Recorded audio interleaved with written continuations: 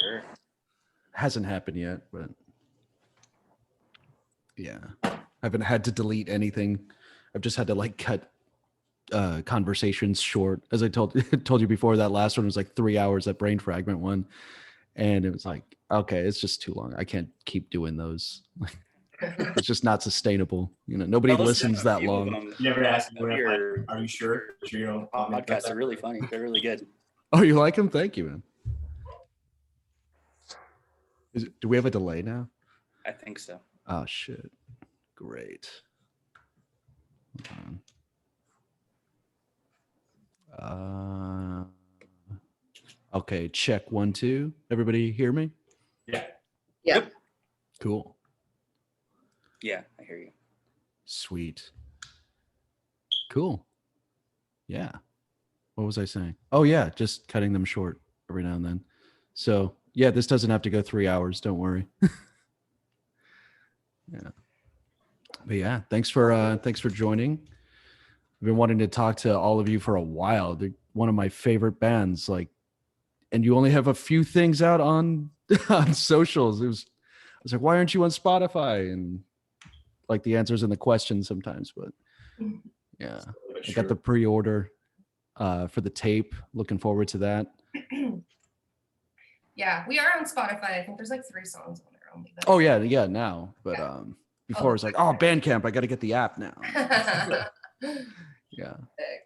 And I realized, oh, Bandcamp is a really good, like a really solid app. And then on top of their website, like this is one of my favorites, best writing, I think. Mm-hmm. Or yeah, for music journalism. It's hard to find really good ones. Like there's a few like out there, but they're just solid. Long form. Line of Best Fit is another one I like. Yeah. Honestly, didn't know Bandcamp had an app. Let's see. Yeah. Gotta download that thing. And it lets you turn away from it on the phone, and it'll keep playing the song. Yeah. Big plus there. I have so many Safari pages open with different Bandcamp pages. That's what I do. Just had an app. That's crazy. Yeah. And then your phone's all slow. Gabby, where So are it's good, you? guys. This is my living room. Oh, yay. I was like, is she like at a coffee shop? They closed. They fucking Nature Well. There was this coffee shop in Pasadena called Coffee Gallery, and apparently Nature Well bought it. And so I was like, fuck it, whatever. They have outdoor seating. Like they have like a garden, and then closed at 6. It's like, you just like get all my hopes up. It's gonna be outside and shit. Yeah. We were just talking about places that close early. Like places are finally opening and now they're closing early. That's frustrating. I know, they like still do what they want, and yeah, the customer service is really terrible there. Oh really? I went earlier today, so I was like, I went to get coffee, and I met up with a ex coworker of mine, and yeah, it was so nice, and I was like, hell yeah. And then everybody was like mean. They're being mean to my coworker who has an accent, has a Spanish accent, so it was just I was like, damn, dude, all bad vibes, But I was gonna like I wasn't gonna buy anything. I was just gonna sit outside because they have such a big long garden, like nobody watches that area. And back in the day, me and my ex used to go there and just smoke weed and like joints or like spliffs, and like nobody would say anything because it was just so far into the Oh, that's cool. I went to a place in Fullerton a long time ago. It was like a house converted into a coffee shop. I don't remember the name of it, but it was forever ago. It was like 10 plus years ago. Right. Yeah, and they had this great backyard with like a little bit of a garden, and it kind of looked like a maze, and they had just seats everywhere. It was really cool. I really like that idea. Nobody does that anymore. I know, seriously, so Bay Area. Yeah. So how's everybody been holding up? The past year, it's been, I mean, what more can we say about COVID? But yeah, how long has it felt?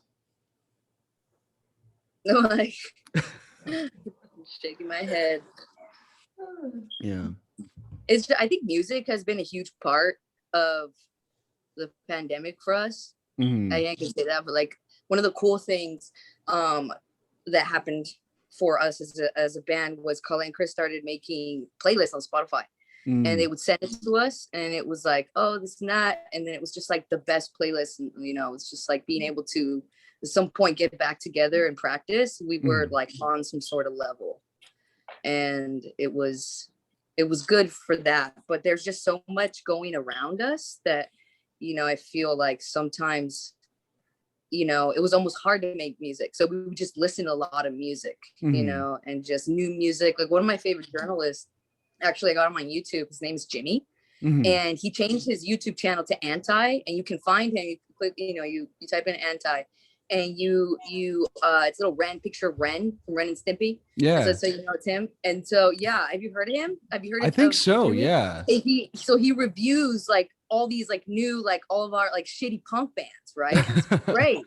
So fucking great. And they send him his tape, and he totally rips them apart. And he's just like, nobody knows, you know, who, he doesn't have any social media. He just has his YouTube channel. So there's this like a few years ago, there was a punk show, and I would say like 2019. So it was like, there was a punk show by a dude who puts on punk shows called, I forget his name of his collective, but his name's Alex Gonzalez. And he puts on really good, like shitty punk shows too, just like the best of the best, you know? And it was, he put on a post on his Instagram. He's like one of the only people like Ask a Punk Instagrams. Yeah. And it's all private and shit. And I saw that he actually posted Jimmy came to the show. And I was like, what? Wow. And it was a photo of him, and he just looked like a, you know, skater dude. And I was like, damn, you rip bands apart. And they love it. They absolutely love it. That's and like awesome. the Coneheads, or like, you know, bands like Rick and the Pigs, like they'll just rip them apart. And so I just kind of, I think being part of that deal at INC, then I think that's how I found out about them. Through that whole anti. Okay. Yeah. Oh yeah, Chris, you were saying. I remember we brought this up. Yeah, they're really good. Yeah, I can see it now. Like I could just look it up, but like it's like Anti. Is there Anti Records too? Is that associated? Well, no, he's just like a, yeah. I think Jimmy's just like a solo guy. Yeah, but he sounds like the anti-Nardwar, where like he hates everybody, or like but everybody loves him, and he's like, fucking dope. That sounds awesome. He's putting on shows, or he's going to shows in LA, or I don't even know where the guy lives. Literally, I think he probably drove to LA from somewhere. God only knows where. Probably like Victorville or something. I was gonna say San Bernardino, right? Where where the pirate punks are. Barstow or some shit. You know, for all we know, he's from Bakersfield, so it's like he drives every night. Like he could be in the shows. We just don't like. I don't think so though, because like everybody started catching on pretty quickly at that point, and my ex was like showing me. He's like, "Look, if I was pages," and I was just like, "This is a gold mine." Like he is doing something with absolutely absolutely no identity. And that's so cool. So that's all I know, that he was at that show. And I was like, I was gonna go to that show. He used to put on free shows at like the Clown Bar in Los Feliz, and it was like Monday nights for like a year straight. And like I missed that one. What would I say to Jimmy? You know? Wait, do you know what he looks like? I remember a little bit of the photo, and he had like a beanie, you know.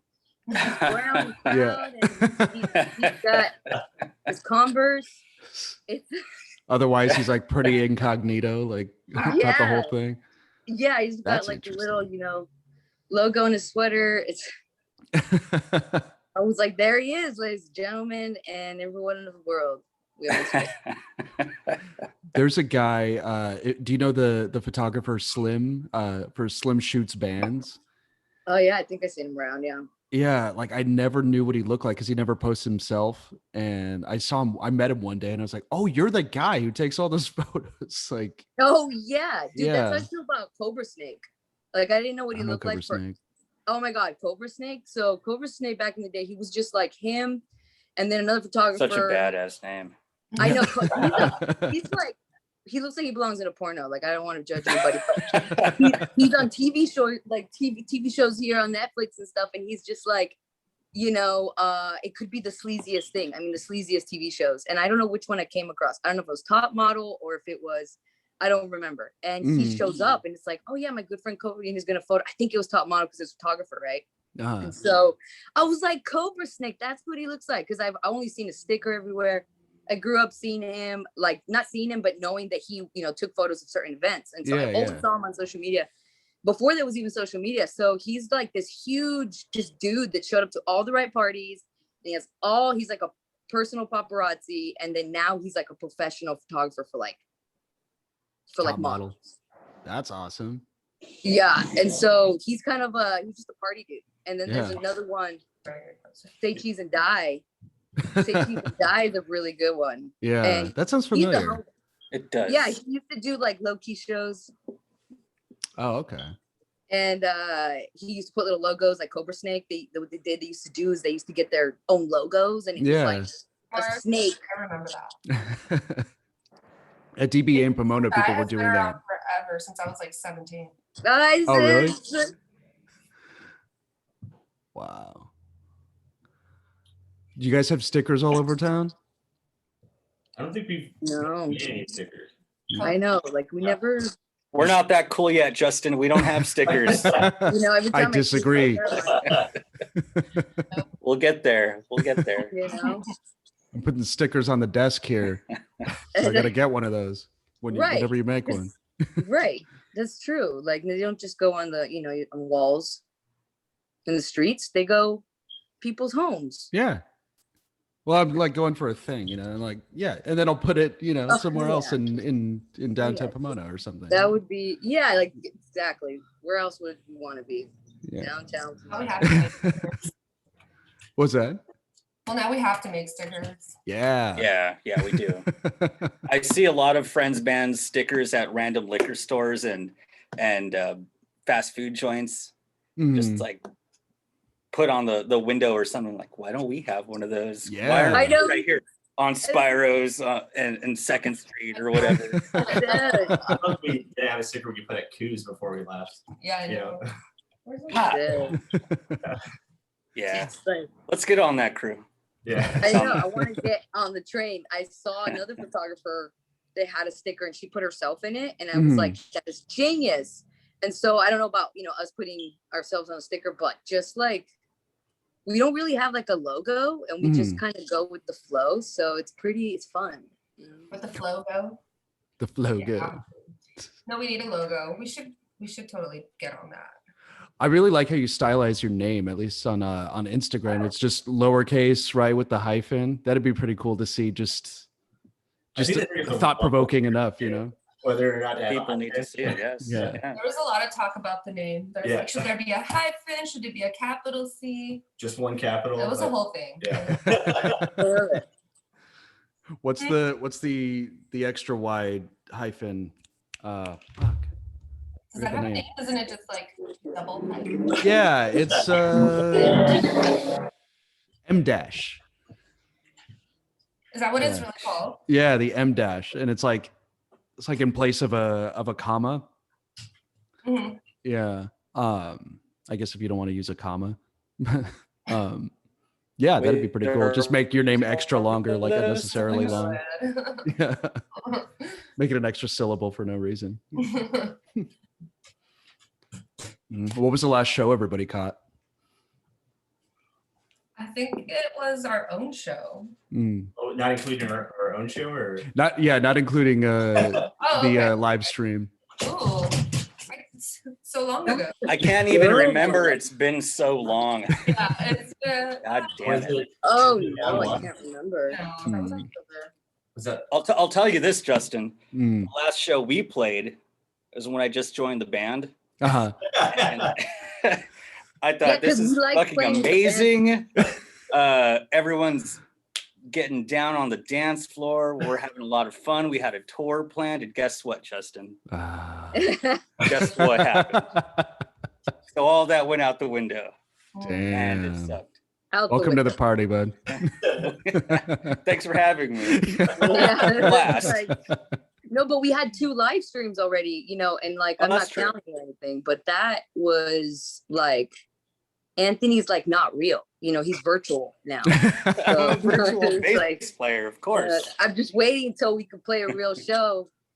It's like But we got so pumped at our live stream. This last live stream we did, we were so pumped. It was like we were playing a show. So it's like, yeah, it was amazing. Even though 2 people were there watching us recording it, it was still like, fuck yeah, we just played a show. Yeah, we were like, cool. And then some friends, actually were able to log on. So it was like, we're just used to it, But I think, what was the last show? Oh, we played, what was that band, you guys? Piglets?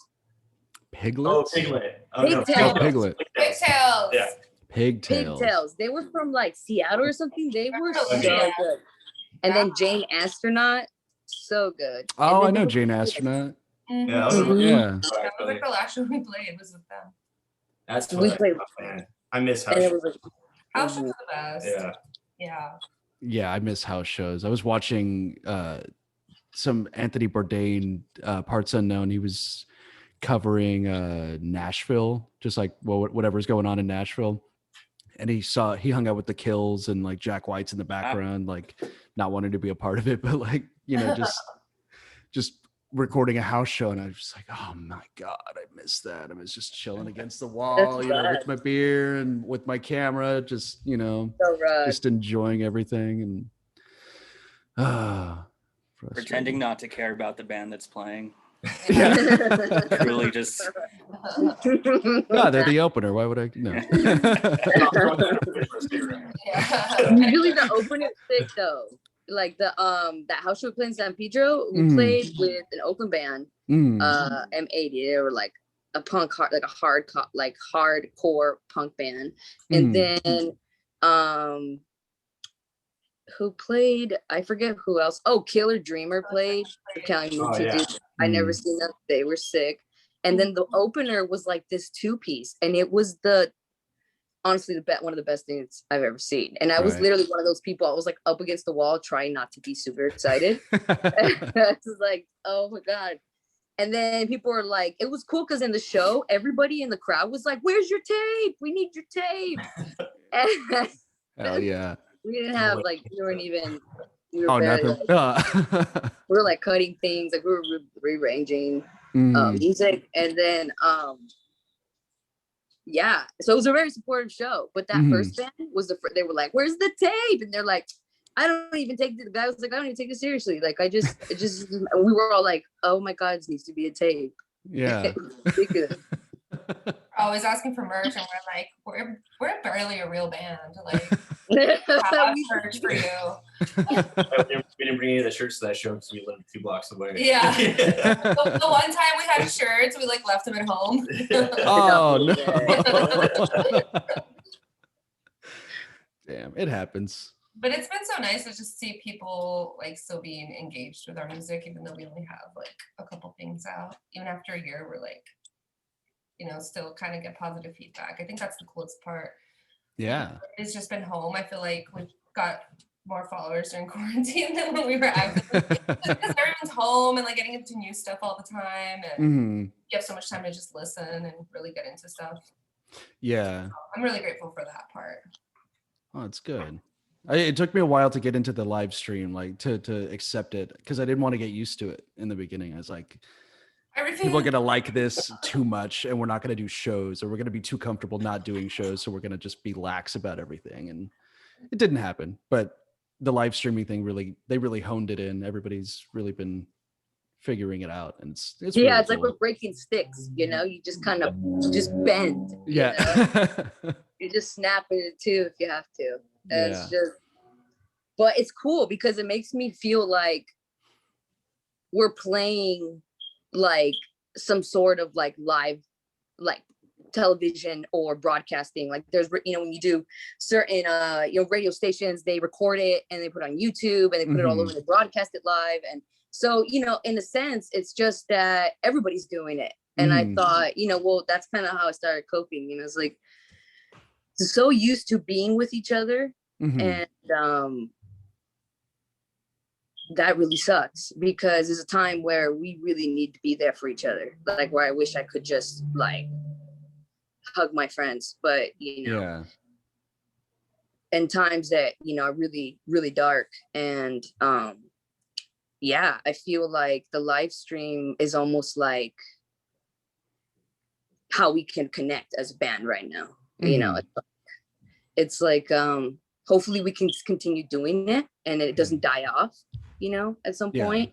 And people can do like broadcast, people can get kind of creative and broadcast other parts of like, you know, nationally, globally, internationally. And it's just like being able to always make that connection, because, you know, there's laws now where they, you know, we don't have them here, but Europe, you know, have passed that law, and UK went with the law. And it's just being able to bind the how far they can reach and how we can touch the other side, you know, of the world.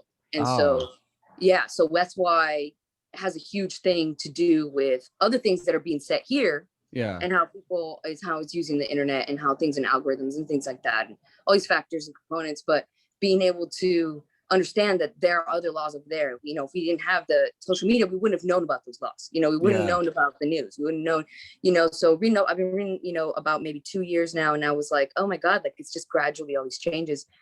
And losing that connection is to me like detrimental. You know, it's super crucial to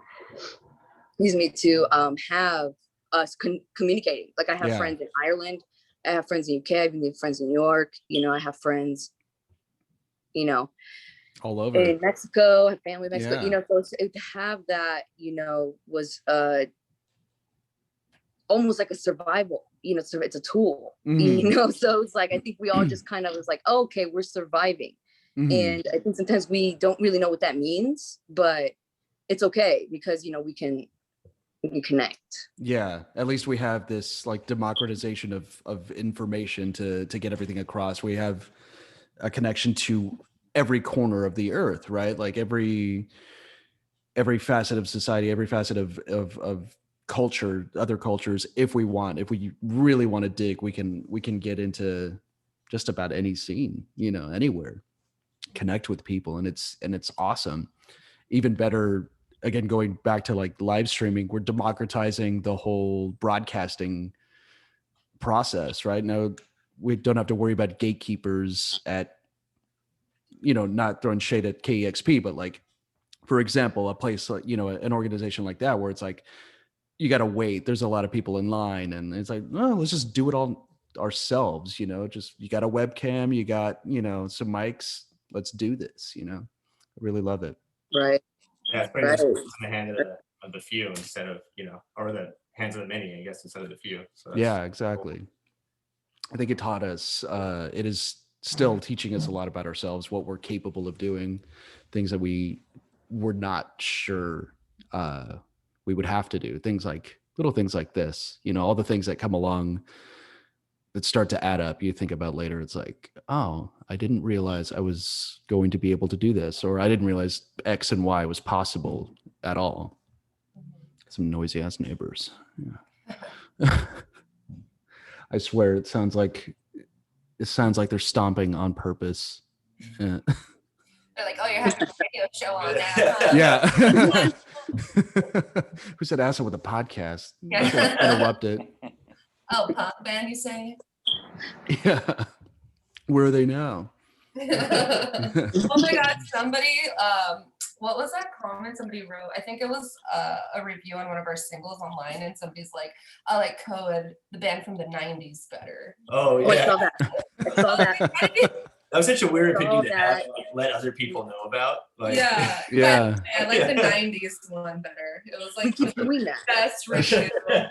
We got to throw some like of your own hipster cred out. You know, it's like, oh, I know about this similarly named band from years ago. Yeah. Let everybody know it's that. So funny. Somebody else asked. Oh, go ahead. Oh, what was that? Somebody else came up to me. I don't remember who, if it was my friend Carlos, somebody that was like Generation X, and they were like, wait, this isn't, like, they were confused. And they were like, okay, so your band's also Coed. I was like, yes. And I just like left it at that. And then I looked it up and I was like, yeah, it's a 90s band. I didn't listen to them because I'm protesting, but you know what I'm saying? It's like, it's like I just vision forward, because I feel like, you know, like Colette and Chris have like a vision when I entered the band. Mm-hmm. And then, so it's really fun to be able to hold on to that vision. Mm-hmm. And so, like, if I listen to another band, you know, I've already been obsessing about it, you know, but I can see the comment. Mm-hmm. You know, I can see everything. Like, I can see the guy who wrote it. I can remember all the comments that were there. And I'm just like, okay, like, I never even letting it get to you.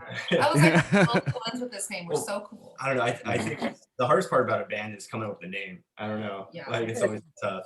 I should have done more research. I'm sorry, guys. Did you go back and listen to him though?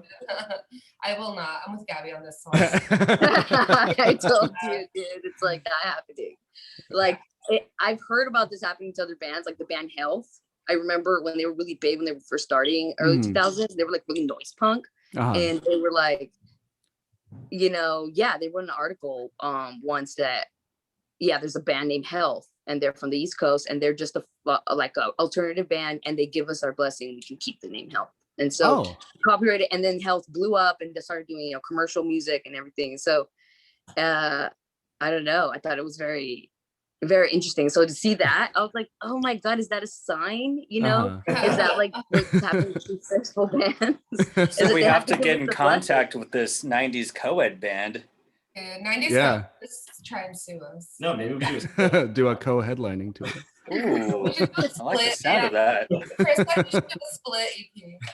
Yeah. That would be so cool. Co/ed.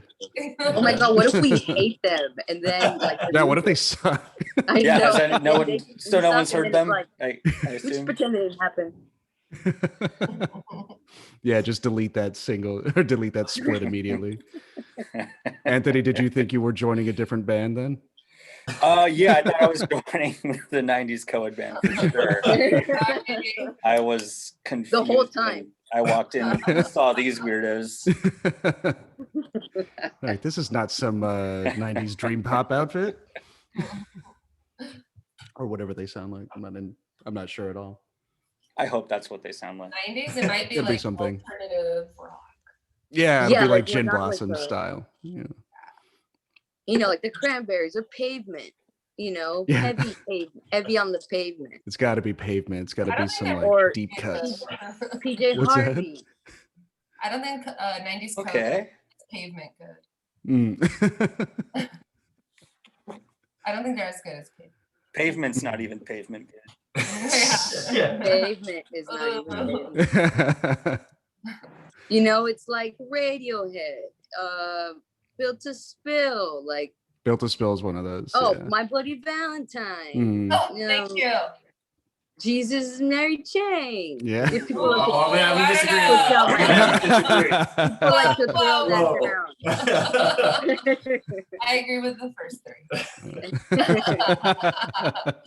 You know what I'm saying? And then it's like, oh, this goes on and on. That's the 90s, you know. So it's like fucking Oasis. Oasis. Like, why? How do you fill up stadiums? Stadiums. Like, check their lives. Yeah. They're one of those I don't feel guilty about not liking. Like, they annoy me as people. So I can't get past like just what assholes the Gallagher brothers are. I just can't. No, but there are. What's the Story was a good album. There are people out there right now listening, and they are die-hard Oasis fans. Oh yeah, they'll turn this off immediately as soon as I said "fuck Oasis." Like they're never again. Like I didn't know, I didn't know. Yeah, that's what I love about the 90s. There's like so many like cult bands, and I was like, oh okay, like AFI. Oh my God, that was. That's one big one for me. I was like, man, that is a takeover. It was like AFI or die, and Tiger Army, and like Army. God. Did you guys watch? Do you remember Punkorama? It's on like channel 19. Yeah. The CD. Yeah, the CD. Yeah, they had the compilations. Yeah, that's all I remember. Really. I had one when I was like 13. Me too. Yeah. Good old Epitaph.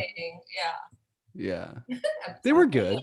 And they had a channel too. I like that idea of just having like a compilation of like 18 bands. Like, I don't know, I kind of miss that, to a certain extent. I wish It was, for kind of sure. cool. We were on that San Pedro compilation. Oh which yeah, had- speaking of compilations. Yeah. We were on Nice compilation. segue. Yeah. Yeah, no, I missed those, and that was kind of cool that we got asked to That do. was so rad. It's like AF5. Lincoln specifically. I've never been on a We could talk about it. Yeah. No. I've never been on one either. Yeah, it's a Spike It's compilation by rad. Water Under the Bridge Records here in San Mm. Pedro. They've been here forever. So it's all like region specific. So it's all San Pedro based bands. Where they are now. And Anthony. But you still you run the gamut. There's like 17 or 18 There's different. like 17 different bands, yeah. All like It's a packed list. local San Pedro Yeah. bands. Yeah. Every time I look at it, I have a heart Classic attack. bands. Yeah, so you got like Mike Watts on there, which is really cool. And Like then Alley You Cat, got Toys of Kill. And all then- the Yeah, I saw classics. Alley Cats are still going strong, right? Like, Yeah. Their Yeah. drummer is actually Chris's brother. yeah, oh, no kidding. yeah. So he started drumming for them like 5 or 6 years ago or something like that. Oh, cool. But we have yet to play a show with them. We never played a show that like that. Yeah, that kind of But sucks. we got to be on a Yeah, I compilation. know. It's weird. Yeah. Speaking of compilations, they are on one called A Music War. It's like A Music War from Really? all like just shows from the 80s, and they're all just live cuts of band after band. Gary Newman's on there, Alley Cats. Gary Uh, Newman. That is Gary that Newman. what? That first Yeah. album was super good. He's Yeah. good. Yeah. He was one of my favorites for a while. I was going hard on See, that's all of the another older. cult. Yeah. Yeah. You go hard. Yeah. Well, those people are Oh, nuts Gary. though. Like they're up there with like shoegaze fans where it's like My Bloody Valentine and no other band matters, Maybe slow down. Yeah, maybe Slow Dive. Yeah. And it's Oh, still Slow it's like Dive. that one album that anybody can name. Yeah. Oh. But yeah, Alley Cats is on this one, and it's same thing. It's like 18, 25 bands, something like that. And I've been trying to get every band. I've been trying to see every band on the comp so I can get them to sign it or like take a picture with it or something. Nice. And when I saw that they're still going strong in San Pedro, I was like, oh fuck yeah. I gotta Yeah, meet these I people. That was actually the last It's so much ticket I fun. bought, for a show was the Alley Cats.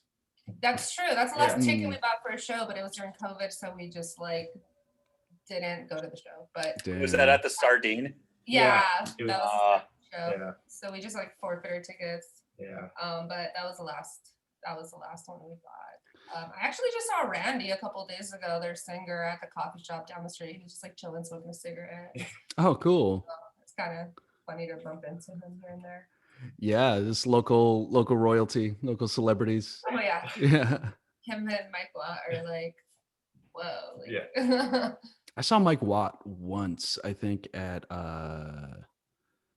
the Growler 6 in 2016, I think it was. Mhm. Yeah, that was a really good show. So what was that? Wait, they played That's there? rad. Yeah, it was Fucking rad. Yeah, the beach golf thing. yeah, it was just they had to change the name for whatever reason, and Oh yeah, it was Growler 6. Oh, so wait, was that the one that was in San Pedro or? it was Yeah. yeah. That's where like Yes played. and- Yeah. Yeah, I remember at one of the shows, I heard a bunch of Beach like, Fossils. Yeah. Mike Watt played that. Yeah, no, I remember that. That was like 2016. Yeah, Fear was there. That was Yeah. like a dream come true. I didn't Oh my think I'd God, ever you see saw Fear. Fear? Yeah, I Was was like it this nuts? close to him. It's so Get fucking outta cool. here. Yeah, That's it is crazy. a silver fox if I ever saw one. He's like Oh my 75 years old. God. My favorite, dude. I saw is Fear when I was did he- 16 or 16. Oh, nice. I'm sorry, did you say Fear? Were we talking about Fear? Yeah. Here, you saw Fear, Chris? Yeah, I saw him when I was like What the 16, fuck? and they opened up. You were 16? Yeah, and they opened up for Dead Kennedys. And Whoa. Oh It's not a my. real show. yeah, Oh my yeah, God. I think there's like the Palladium. How or did you something. not die? Yeah. Well, I mean, yeah, it was pretty nuts. There was like a weird like skinhead contingent of fans over there, and I remember it was me. And Whoa. yeah, me and my younger brother. We were there, and he had like a Dead Kennedys, Nazi punks, fuck off. Mm. And I was 16 at the time. He was 14, and he looked like he was 9, and he had this shirt on, and in the middle of Dead Kennedy set, this giant fucking skinhead just like parted the sea of the crowd and just punched my brother. Holy right shit! Face. This little kid. Oh my god. Got knocked. His glasses got knocked off. But the Dead Kennedys, they stopped their set. They like kicked the guy out. Yeah. And yeah, they didn't beat his ass. They just kicked him out. No, they That's crazy. They threw him out. And yeah, it was funny because my brother was 14 at the time, and he had all this adrenaline right afterwards. He's like, dude, did you fucking see that? I was like, yeah, how are you still like standing? But, that's nuts. Yeah, that was but Dead Kennedys were pretty good though. That's good stuff. That's your fear story. Yeah. Dead Kennedys were cool. The Dickies played too. I was never really into the Dickies though. That sounds like a fantasy lineup. Yeah, the Dickies played the Dickies in downtown. Too. Yeah. Right, like Stuka's over Disneyland. How could you go wrong? I just never got been baptized. Yeah. Early too. Very early. Just got thrown in the wolves. He's just like, oh. I was like, right Pedro too. Yeah, it was a good show. Yeah. The Dickies and the Zero Boys played this little dive here in Pomona, and I was living on the East Coast at the time, and I was kicking myself so hard. I was like, how could they be playing this tiny place? They randomly do it. Yeah, they like got back together just to play the show, and they played like one or two other shows, and that was it. I'm like, oh, great! I can't even come back home to see them.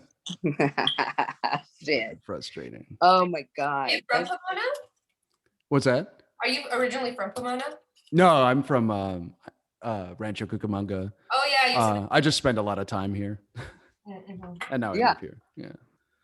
Yeah. It's like the best when it was the best place to go when I didn't want to drive to LA, and it's like I don't want to deal with parking if it's like a bigger show, or if it's like a small show with like no street parking. It's like, fuck, all right, what am I gonna do? There's something going on in Pomona. I'll find something. There's always stuff going on in Pomona. Dude, the Pomona is so dangerous. It has the dirtiest punk scene. It has the dirtiest any scene. It has a little rough. Scene. Pomona. I saw the urinals in Pomona, and that was a parody. Like, and then I was trying to see like there was like this free festival. I don't know if you remember. It was like something La Vida or something.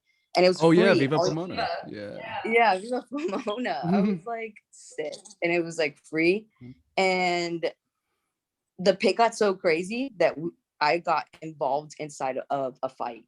Oh shit! And I didn't even know. I was just dancing, and then I got hit, and I'm like defending myself. Yeah. And I end up punching someone like just because I'm like trying to get like I realized I'm in this fight, and then I was just like got kicked out. I got like dragged out.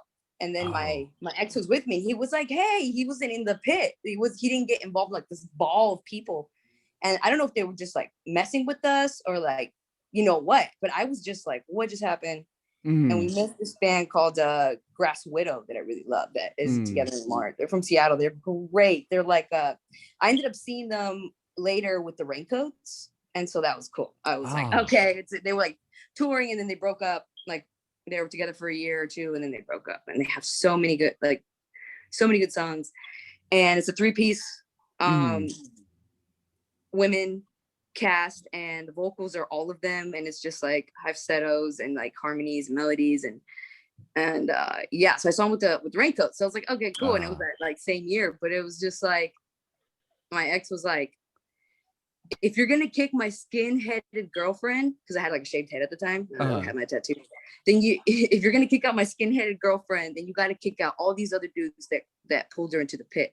And I was like, what did you just call me? I was like, what did you just call me? But I'm also like shocked from like being in this fight, and I was just like, I didn't do anything, and I miss Grass Widow, and so it was. And I'm not a skinhead. I just have a shaved head. I just have a shaved head, but I had like a cutoff t-shirt. I had like a shaved head. I was like, had my tattoos, and like I had like black pants and boots, and I was just, now you got everybody's attention. Yeah, and I really wasn't trying to get in the pit. I was just dancing, because the urinals aren't like super hard. They're like a really shitty, really dancey band, and it was like literally dancing. And so I'm like walking to the car and we see that everybody else got kicked out. So I was like, okay, whatever. I'm so mad. I just want to go home. And so we went home, and then I was like in the car, I was like, did you call me a skinhead? He's like, yeah. Maybe. And I was like, what? And he's just like that kind of person. Like he just like to like cause, he just, I don't know what, he just has no filter. Just an instigator. Instigator, yeah. But he had a point, you know, but I was like, yeah, don't do that again. I had no idea what happened. Like until I was like home. I was like, what just happened? Yeah. Like, oh man, I wanted to catch that show too. That was at a Sarigami, right? It's right next to the Glass House. Oh my god. Yeah. I love that place. So cool there. They don't have shows anymore. Well, not because of COVID, but like pre-COVID, they just stopped doing shows. Weird. Is it just like a bar now? Frustrating. Yeah, it is a cool bar. Like it's a really cool spot, but like, and they that play place is music cool. videos. But yeah, it was a great No, spot. this was at the Glass House, dude. It was at the Glass House? It was at the Glass House. Oh shit! They also played that tiny bar next door. That would have been a cooler show too. And it was packed, and I was like, where did all these like really rough punks come from? And it's like it's the urinals, and then it was just literally headlining. And then it was like Grass Widow was ending the set. It ended at like 8, you know. So it was like Grass Widows, all these bands like the Babies. Oh god, so many like Babies. Just so many like crazy shitty punk bands that I love so much.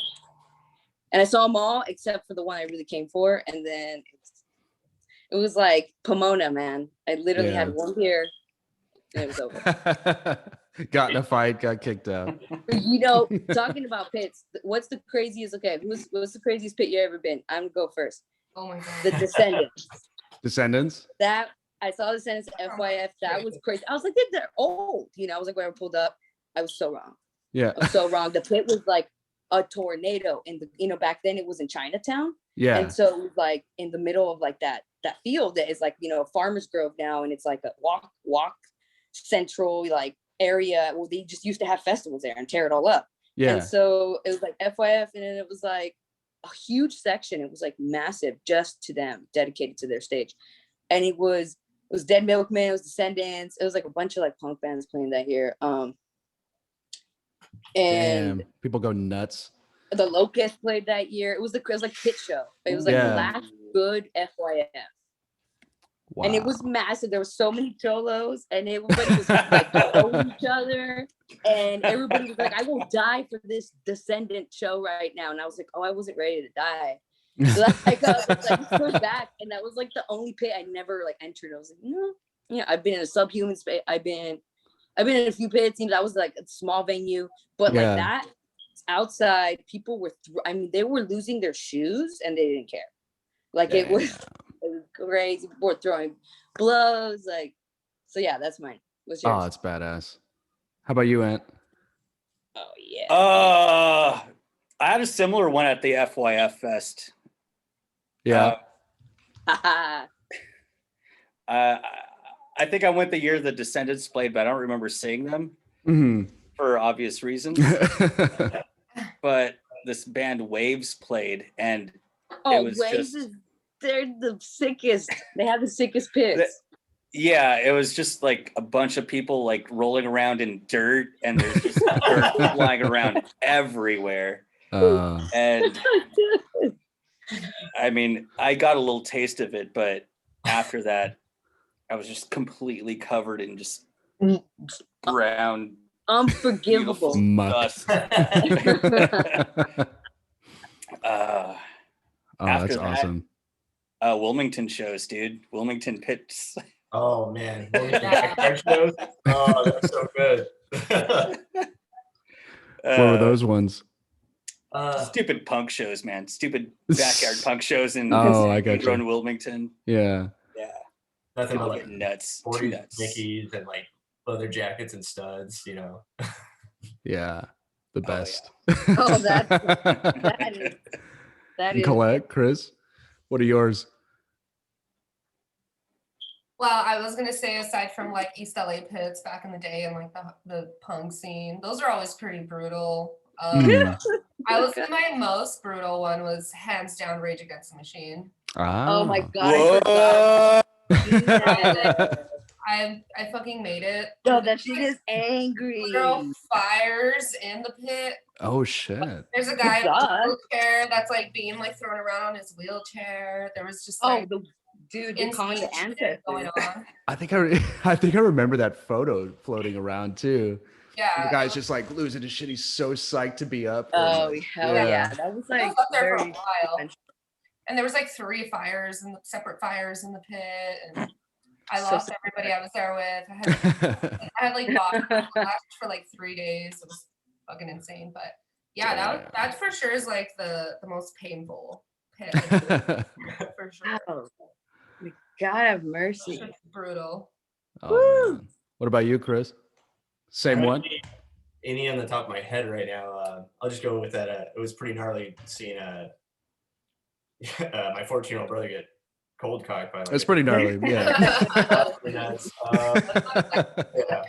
You've been baptized. Like I didn't think I would live a day where I would hear a true story. Did he lose any teeth? No, but his glasses got busted for sure. Yeah. Yeah, I've lost my glasses in every pit and somehow found them unbroken every single time. I don't know how. Just got lucky. Yeah, a fucking miracle for sure. Like the one for me was catching Narcoleptic Youth and the Addicts in Riverside. It was at the Riverside Auditorium or whatever it's called, like that old mission. Yeah, badass show. And that is hooked up. And like Narcoleptic Youth are all dressed like In-N-Out employees.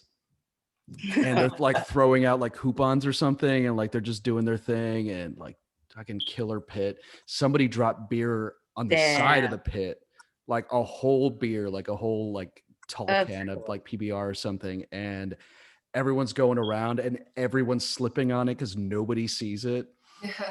And like everyone's eating shit hard, and I realized, oh my God, as you get older, like injuries are just like the slightest thing. Like, man, why does my hip hurt so fucking much? I didn't hit the ground that hard. I know, dude. Oh, it was flag. Great. Huh? I did a flag one, and I had a like, you know, when Keith Morris was like doing the whole black flag thing. Oh yeah. And so there was a year where Flag played like all year. They were on every festival, they were on every show. And I was like, who's headlining? Oh, Flag. And I was like, okay, here we go. Here Keith Morris. And he's great, but we need to hear the drama. We just, you know, we're here for you, and love the guy. And does he talk a lot of shit or something? Well, he did one time at MacArthur Park used to have a show. And it was sick because nobody knew Flag was playing. It was like a no age show, and then there was like a few other like smell bands playing, and it was like different segments, and it was like free shows in the summer at MacArthur Park, and like the Limley, and like I forget what the name is, something, I forget the name, but it's there's one here, there's one in Pasadena, there's one in LA, one in Santa Monica, and so they were doing like free shows, and so all the punk ones were in MacArthur Park. Oh, cool. And it was like no age, and so we're like, yeah, hell yeah, no age. I haven't seen them in like what, 2 years, like let's see it. So it was like, and all these other cool bands, and there was a secret guest, and everybody's like, oh my God. So I was there since like the beginning. I gotten there like way before anybody had gotten there. I was like, there was nobody there. And then I was like, cool, well, I'm gonna get a good spot because like there's a secret guest. And I didn't know who it was. And so, you know, everybody shows up. I meet up with a bunch of people from the smell and stuff like that, friends. And some of them are like, we're going to the pit. Some of them are not. We're like, dude, it's no age. It's like the friendliest pit. It's like we're holding hands, but we're like doing it really hard, you know? Yeah. And it's like, it's all just friendly pogo. It's just friendly. You're posting up, but you're not, you're kind of pushing each other, but not really. And so, and somebody's like running around you, you know, it's more like a ritual, you know? So I was like, it's fucking, so everybody's like, whatever. But like, I don't know if people, like, we never talked about Flag or Black Flag playing. They're like, yeah, they say there's some punk band that's playing. It's going to be really crazy. And I was like, I wonder who it is. All these cops show up, and they're like parked behind all the, you know, people that show up. And I was like, damn, this is packed, you know? And we had just finished like filming something. I was at school. We filmed like something, and like all the actors, all these interns, we were like, we're gonna go to the pit. So everybody was in the pit, and it was friendly. And then finally, like Keith Morris came out, and like I said, I don't know if it was like planned or anything because the cops were already there. And I was like, did the cops know Keith Morris was gonna show up? Like, who gave them the tip? Because I didn't even know Keith Morris was gonna play. Like, I didn't know he was dangerous. Yeah, I was like, but Keith Morris is like a gentle soul. Like, he's a poet and stuff. But that night he was like, it's like 7 p.m. and he's just like, you know, something, don't forget, we're flag, not black flag. Ooh. And fuck the police. And he tells everybody to, like, you know, lift their middle finger, and the whole crowd, I kid you not, the whole crowd, almost the entire crowd, flipped off the cops behind us. And I was like, oh my God, this is like church. I was like, I don't think I could live past this. This is everything. Like, I was like, it's not gonna get any better. I just felt like it was like an iconic moment. And so finally, flag played, and then everybody was moshing, and like everybody got torn apart. I was like, oh my God. But it was one of those like friendly pits, you know, like backyard gigs where everybody helps each other get up, you know, and it's like, you know, one of those medium backyard gigs, you know, it's like, oh no, it's like we're nice here. We dropped the 40, we're gonna dust it, you know, but it's like it was really like everybody was excited to see Flag. And then after that he gave out posters, and everybody got a free poster, and it was really crazy, but the pit was gnarly. And then I saw my FYF, and I was like, oh my God, Flag. I didn't even know he was playing. Like, I got locked in the pit. And the whole time I wasn't even like afraid of the pit. It was more like, I don't want to be in Flag pit. I was already in the Flag pit. I want to be another band. I like fought myself. And then he starts, and he's like, we're Flag, not blacks. I was like, I heard it already, Keith. I gotta go. Gotta go. Take it to Twitter. Come on. No, but this was like years ago. This was like 6 or 7 years ago. This is like 8 or 9 years ago. This was a long time ago. And but the pit got gnarly, and it's just me like fighting out of the pit. And then I fought out of the pit. I was like, okay. And then I turned around, and the pit's gnarly. And I was like, oh, Jesus. I was just like, you know, and I miss that about festivals, just being gnarly. Yeah. You're just looking back and like, oh my God, like, you know, this is people are like, like they're like worshiping, you know, it's crazy. Yeah. When I went to FYF in, I think it was 2014, it was like it felt very corporate, you know, like it was huge. There were so many fucking people. And I thought, I'm surrounded by all these like FYF vets who were saying, it's not what it used to be. You know, this used to be way smaller. And, FYF, you know, just like that same thing. Same with Coachella. It's like, everybody's like, this used to be way smaller. It was like, you know, one weekend and a couple of days. And like, oh man, you're wrecking my vibes here, man. Yeah. FYF used to be like the Echo, the Rec Center, and I think Tax on what street? Oh, I know what you're talking about. Yeah, it's like 3 different venues.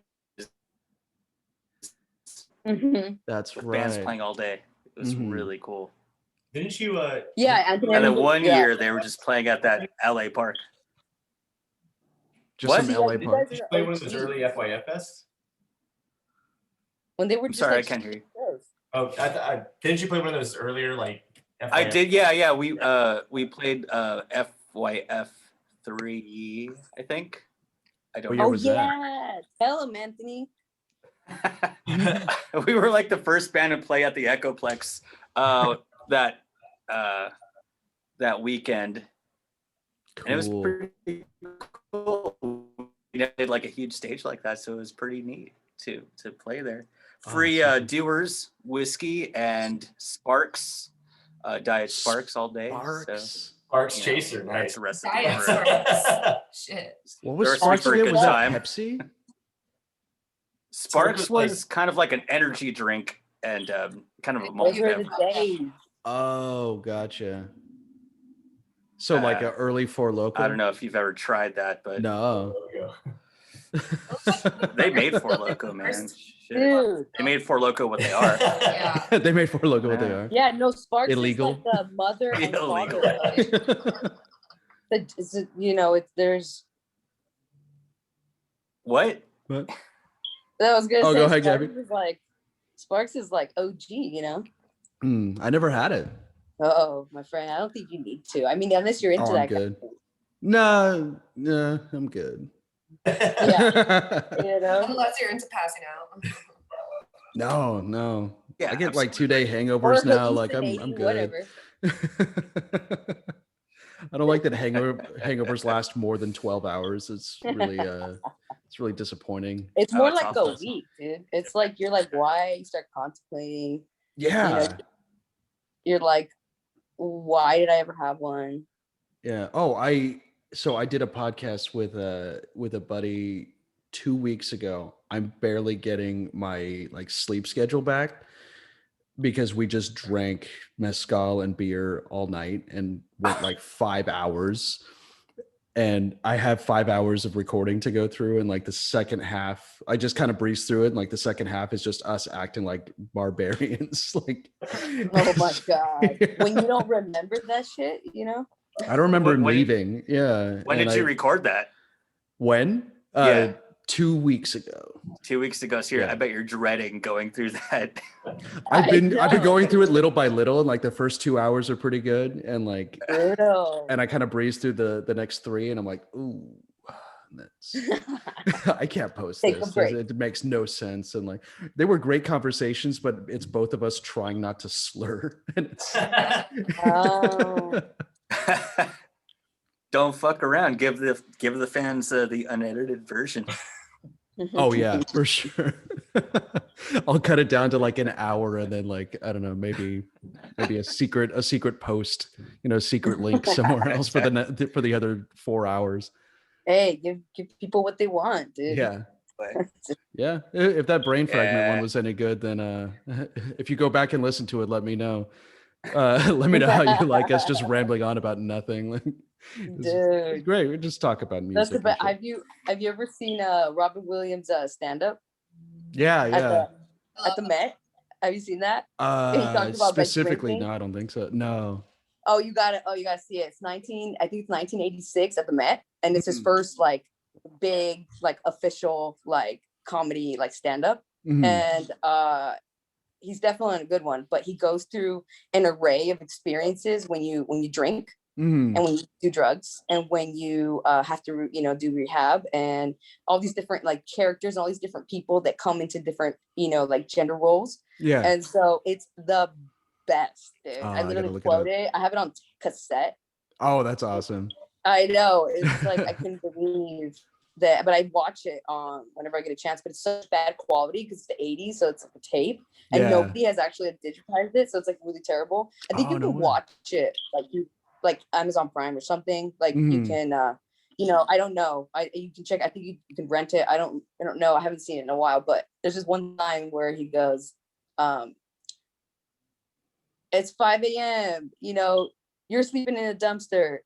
It's Miller time. Who's That's got the Miller Miller? time. That was your cue. And Anthony I mean- pounds it. I know. And it's just like, but he does it so much quicker than I do. He's just like on it. And it's just like, it's great. It talks about just, What's his name? I think it's, Who? Just this Robin one Williams. hairy guy. The Yeah. No, I'm Mrs. curious now. I Doubtfire. want to watch this. It's got to be on YouTube, right? Like that's one of those. Oh, things. it is. I feel like it's got to gonna be on like shitty YouTube. quality. Yeah. I gotta ask everybody. Mrs. Doubtfire. I gotta watch. I heard something about I guess rumors going around about like a sequel to Mrs. Doubtfire, and I'm like, what are you thinking? Like That didn't happen gonna- already. Don't bullshit like that, Justin. No, yeah, it but like wasn't well another after he convention. died. Like I'm like, What? why are we even doing this? But right, yeah. I think I Yeah. heard that too. I feel like all 90s Yeah. children are Well, offended. like a CGI Bury Robin it all. Williams old lady. Yeah, we don't need this. Yeah, It's this, terrible. Yeah, yeah. Certain things just don't need to be. I got my Mrs. Doubtfire copy on VHS. That's all I need. We don't need another reboot. No. You don't have the director's cut? Starring me. I mean, What's don't that? we? You don't have the director's cut, Anthony? What's that? It's illuminating. You should get it. The director's cut. Oh, the director's cut, the Snyder cut, maybe. Yeah, that goes hard. Yeah. So I wanted to ask everybody 2 albums or 2 artists, and don't think too hard about it. Just whoever comes to mind, who ages well, who gets better every time you listen to it. Ooh. Just like any type of band. Any type of band, album specifically, if you got one.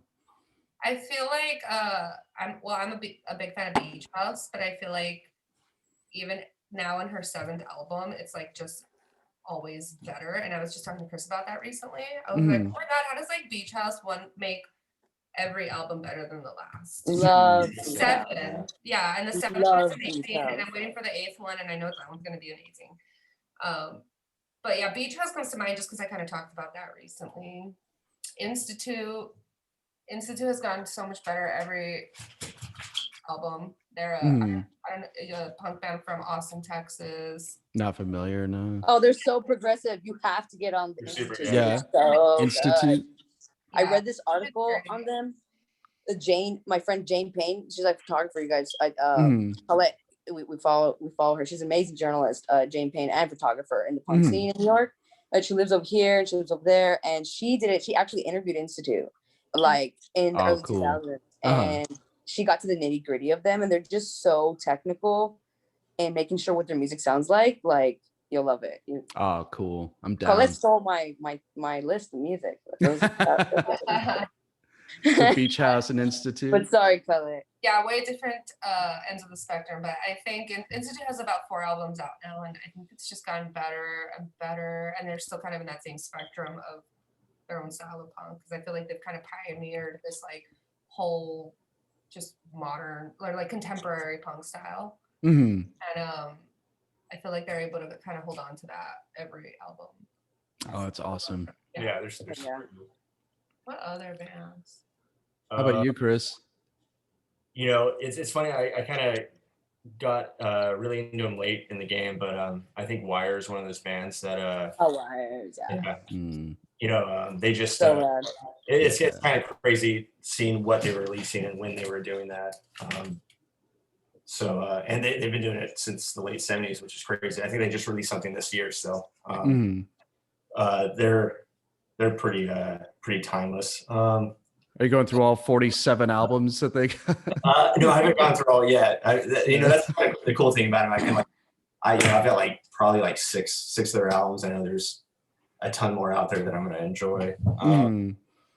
That and I guess The Cure. They're one of those like, you go back to, we just got this really cool double live BBC recording of The Cure in like the early 80s. And it's so cool to like listen to it now, and it still holds up. It's weird to find stuff like that it doesn't sound exactly like a product of its time. So yeah, I guess those 2 right off the top of my head, I guess.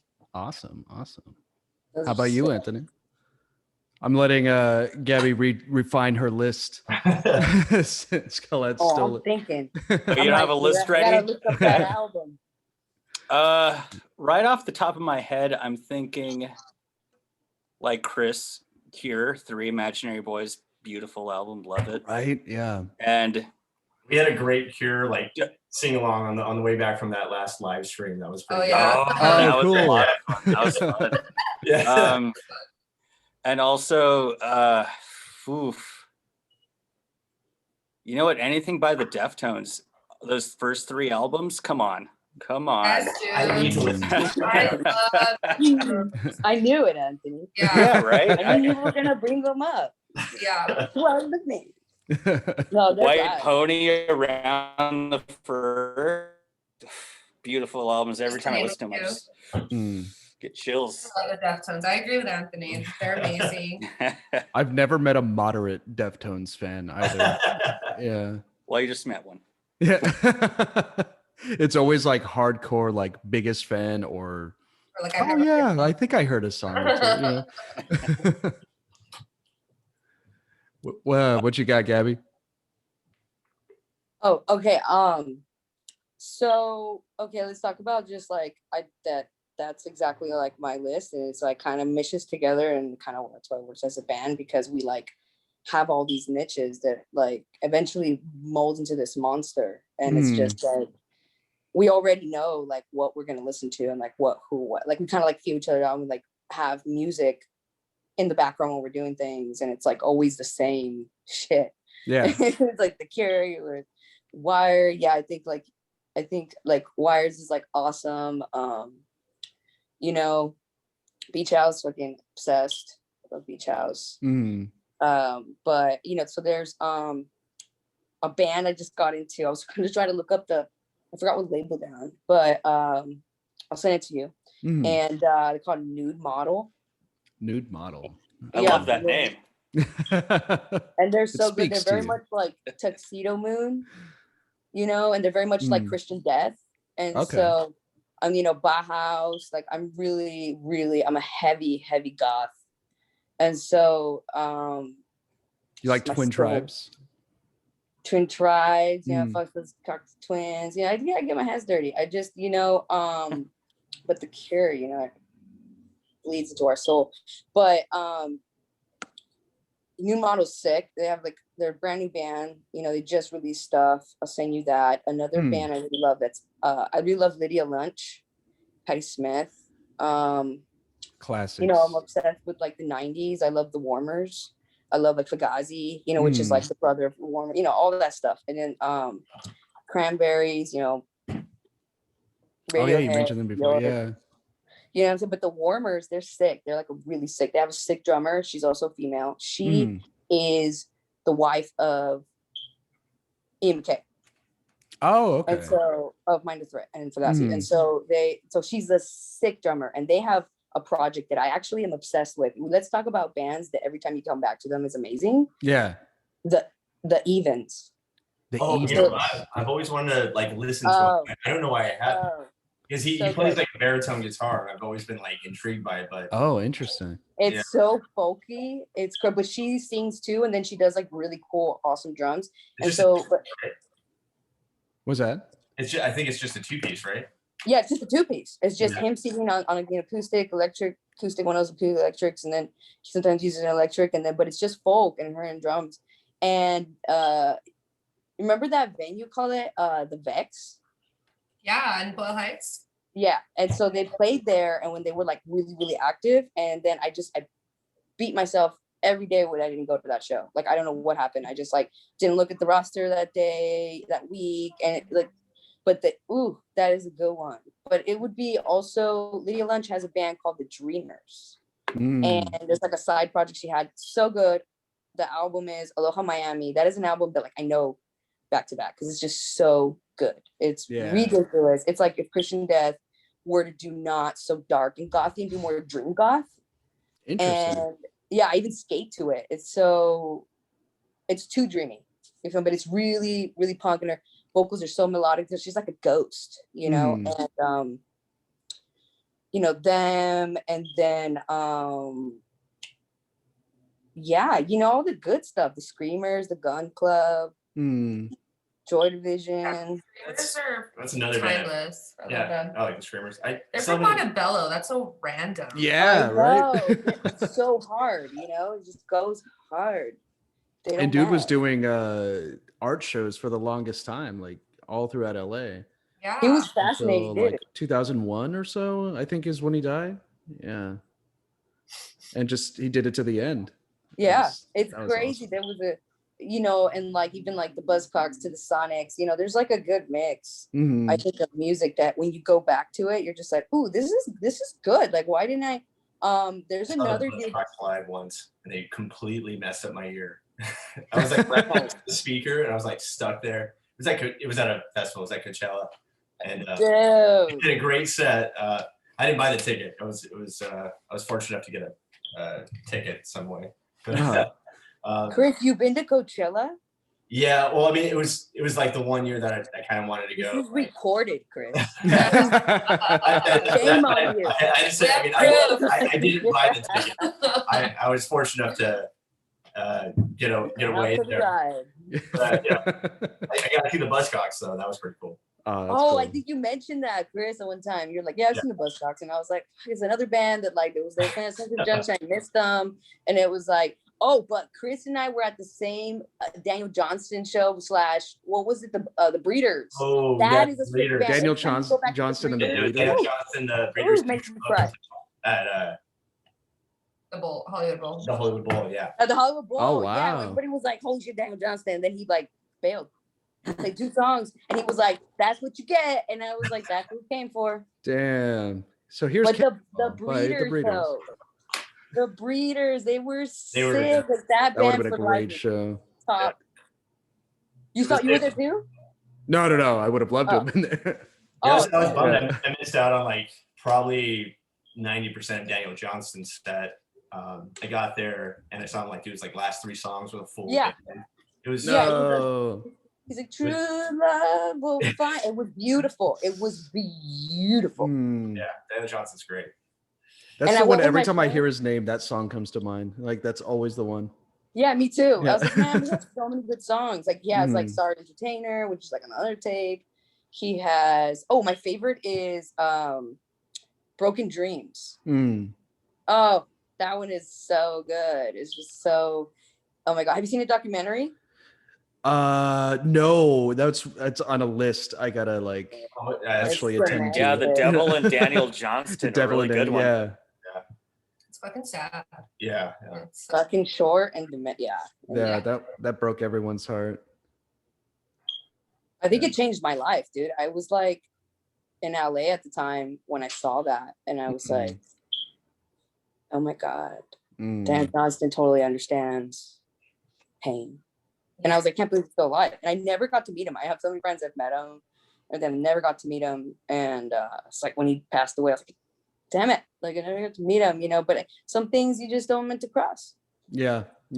He's one of those I've always tried to like passively catch a show whenever he was in town, and I'll catch him next time.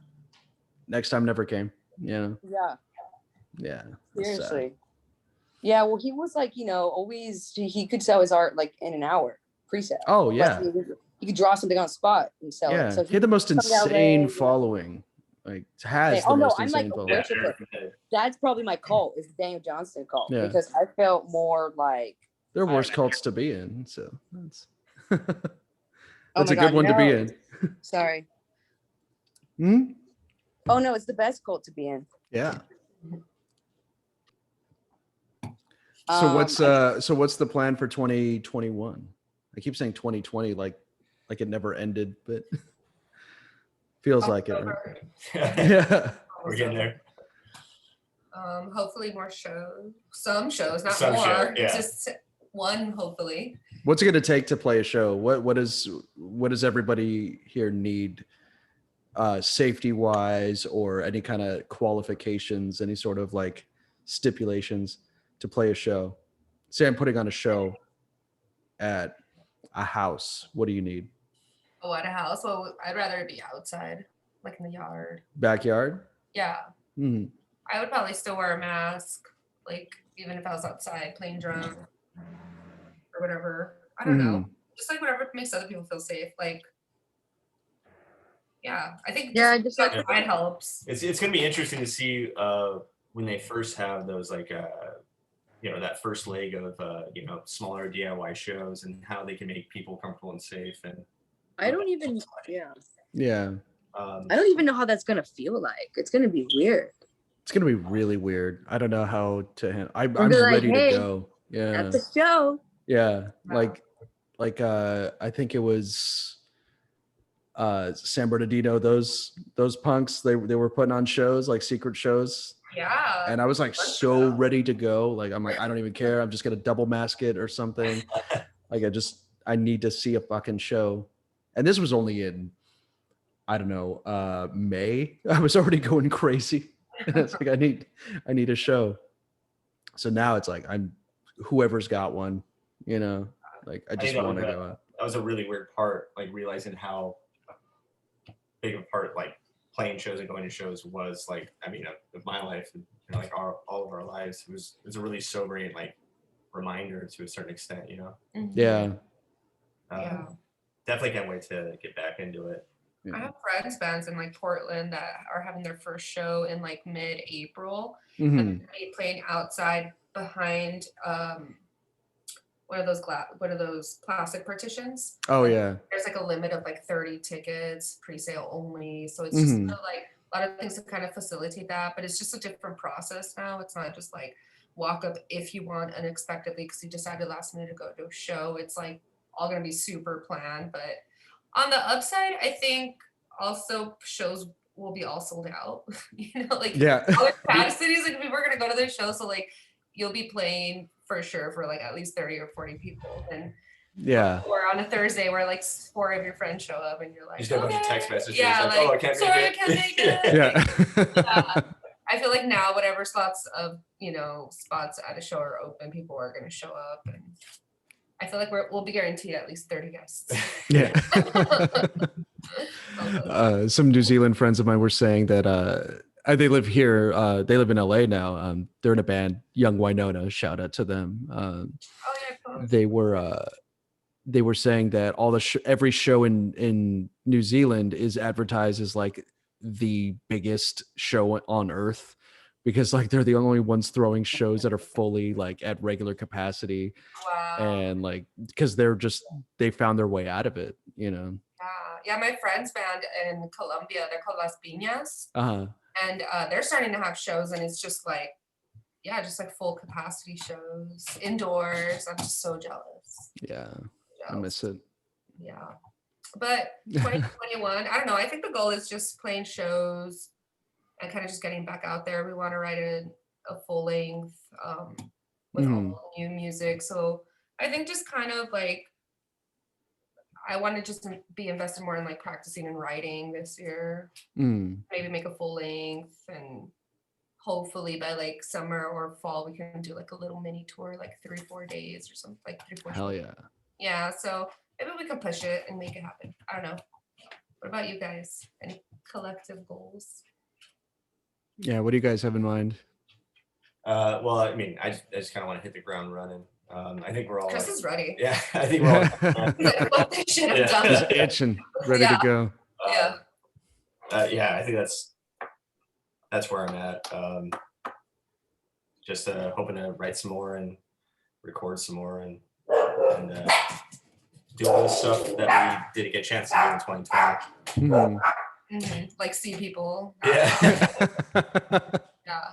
Socialize. And like there was months that we went without practicing. It was pretty fucking painful, but I think that was really tough with recording the tape. That was weird.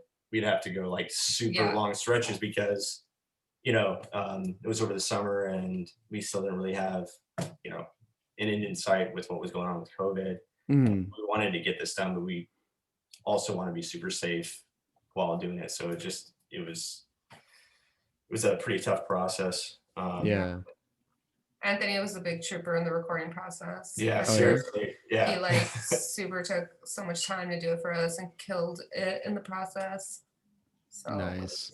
Want to give that shout out? You gotta hear me play guitar like 1,000 times. You have to hear all of our shit 50 times. We're sorry. So were you mixing it all, Anthony? I was mixing it and recording it, and it was a lot of fun. And it turned into me playing bass for these wonderful people. Awesome. So that's cool. Yeah. Well, great job. Hey, thanks, man. I got a tape on the way. Well, eventually the 29th, right? April 2nd. April 2nd. Oh, what was the 29th about? Did I make that up? Oh, maybe they'll be ready sooner. Oh, maybe. I might just be making that up. Yeah. Everything was so backed up with like. Shout out to Anthony. Oh, shout out to our label father. Yeah. Oh yeah, and our label Sludge People from Philly. Oh, yeah. Our label father Joey. He's been super awesome through the whole process. And like Joey, wanted Anthony. to put us out. Yeah, he helped us out with like getting it on Spotify and all the artwork for the tape and stuff, which is really cool. He did all the work. Like he should be in the band. Yeah. He's like the fifth one of the band, and he doesn't even know it. Yeah. He's our fifth Beatle. The George He's Martin, so yeah. stoked. He's like super stoked, and we just love it. We couldn't ask for a better, better label father. Have you guys ever met him? No. No. No. Damn, we got to get him down here. He sounds like a down ass fool. Shout out to Joey. Oh no, we talk about it all the time. That's the thing is we talk about it like, oh, we can't wait to meet up and drink and party, Yeah. and then it's like, no, but really on a serious note, can't wait to have a real show and party, and it's not as different, very not much of a difference, but it's like, so he's a fan, a centric fan. He's really great. So he gives us a lot of energy too. And he's so talented. So for us. Puts in a lot of random stuff too, which is really cool. I like it a lot. Yeah, his label's super cool. Shout out. Sweet. Shout out to Sludge People. And shout out to Coed. Thank you for joining me here.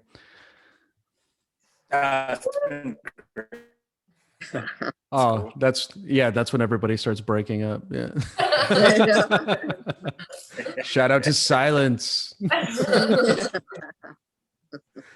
No, what's that? I feel like we've been talking about this for a while, and it's like pretty cool. Like we're finally here. Yeah, we have. Yeah, I'm glad we made this work. Yeah, it's super rad. Yeah, let's do this again. Yeah, totally. When the tape drops, want to talk about it. Oh yeah. So and catch a show. I know. Hopefully this summer. I'll play. Yeah, even if it's like outside. Yeah, we should just throw our own show somewhere and get a plastic. It's probably gonna. I've been talking about it. I've been like looking into like how do we make this happen? Dude, yeah. How do we skip the I feel line? like I'm about to take matters into my own hands around here because I want to like start getting little tiny shows going. Yeah. We do a tour of backyard shows, right? Oh yeah. We play birthday parties. Like we do it all. Yeah. Front yards, Weddings, backyard bar shows, baseball fields. Backyard. Baseball field. Backyard birthday party. I like that idea. We should just like when they have the first Thursday back, we should just like post up on the sidewalk at first Thursday and just be like, someone's speeding. We're Oh, yeah. And we're tired of waiting, goddamn. Yeah, we're tired of waiting. Here we are. We also do surprises. So like, if the people don't know we're playing, we don't mind just showing up. Yeah. Surprise parties, yeah. Just pop up behind the couch.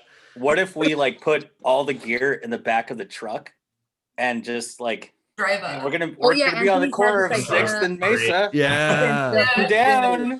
Since drive through that Co-ed truck. I don't know. Yeah. We almost and then we'll just drive away. We'll play. He was like, should we play in the shop or should we like rent a semi and play on a semi?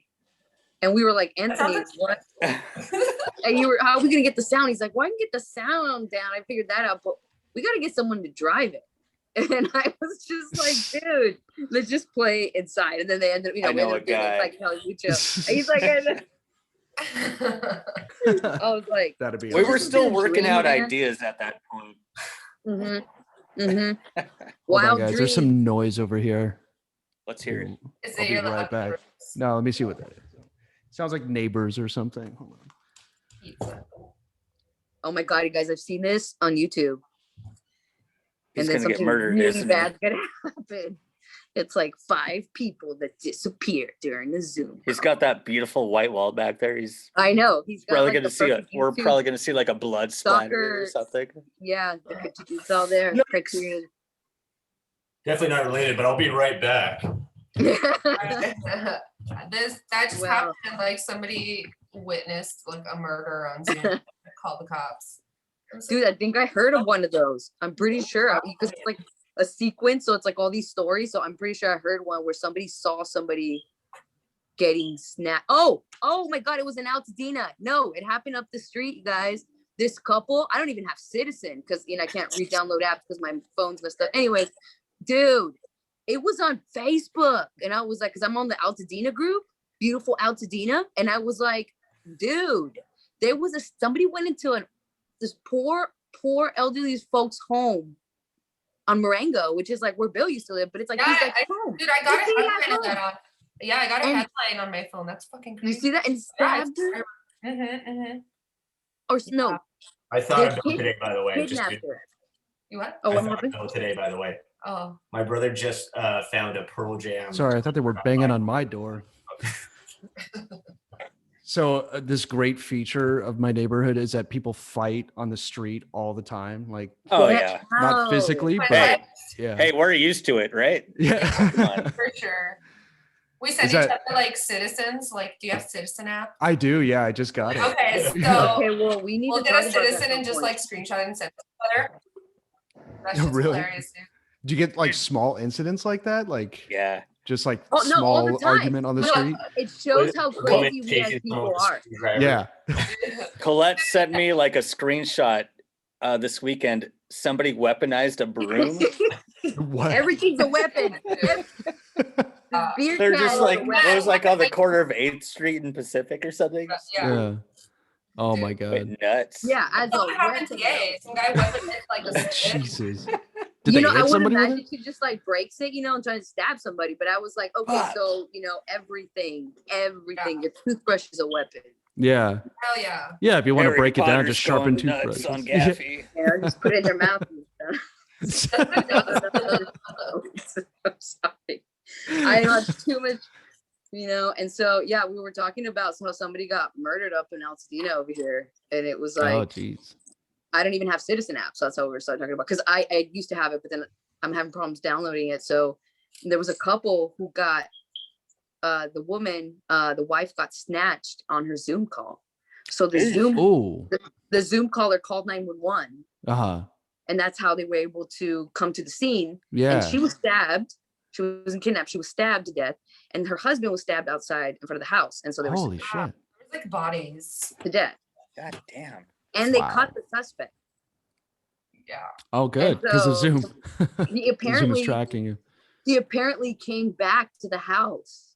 So the police were there because the Zoom caller called the police and they were there. And they're like, who the hell are you? And then they arrested him. And then so they have a suspect. And I was like, dude, who would brutally, like, didn't even take, I don't know. It's crazy. I didn't just to do it. Yeah. That's fucking. That's dark. Wow. Yeah. I just got the update on Citizen that like now you can track the police helicopters and you can like watch it fly overhead. Yeah. Like it has like a AR feature or something. Wow. Yeah. It's pretty neat. Also, like, man, I wish I wish there wasn't a need to develop this app further, Yeah. That's true. Yeah. But also pretty cool. Oh, dude, it's the funniest thing. Yeah. Anything is a weapon. That should be their slogan. Yeah. anything is a weapon. Anything will be a weapon. I remember they found a body in a park in Rancho Cucamonga, which is not a very common thing in Rancho Cucamonga. They found him just didn't seem like foul play or whatever. Yeah. Mm-hmm. And then they found another one. And now there's like people were like talking about a possible serial killer like on the loose and that's what I was thinking quiet about. Suburbs. I was like, what is happening? But I want to learn how to track those things. Like, how do you know it's a serial killer? Like, you got to track it. Do they even leave clues anymore? Like, do they even get creative anymore? I don't think it's like Criminal Minds where like, yeah.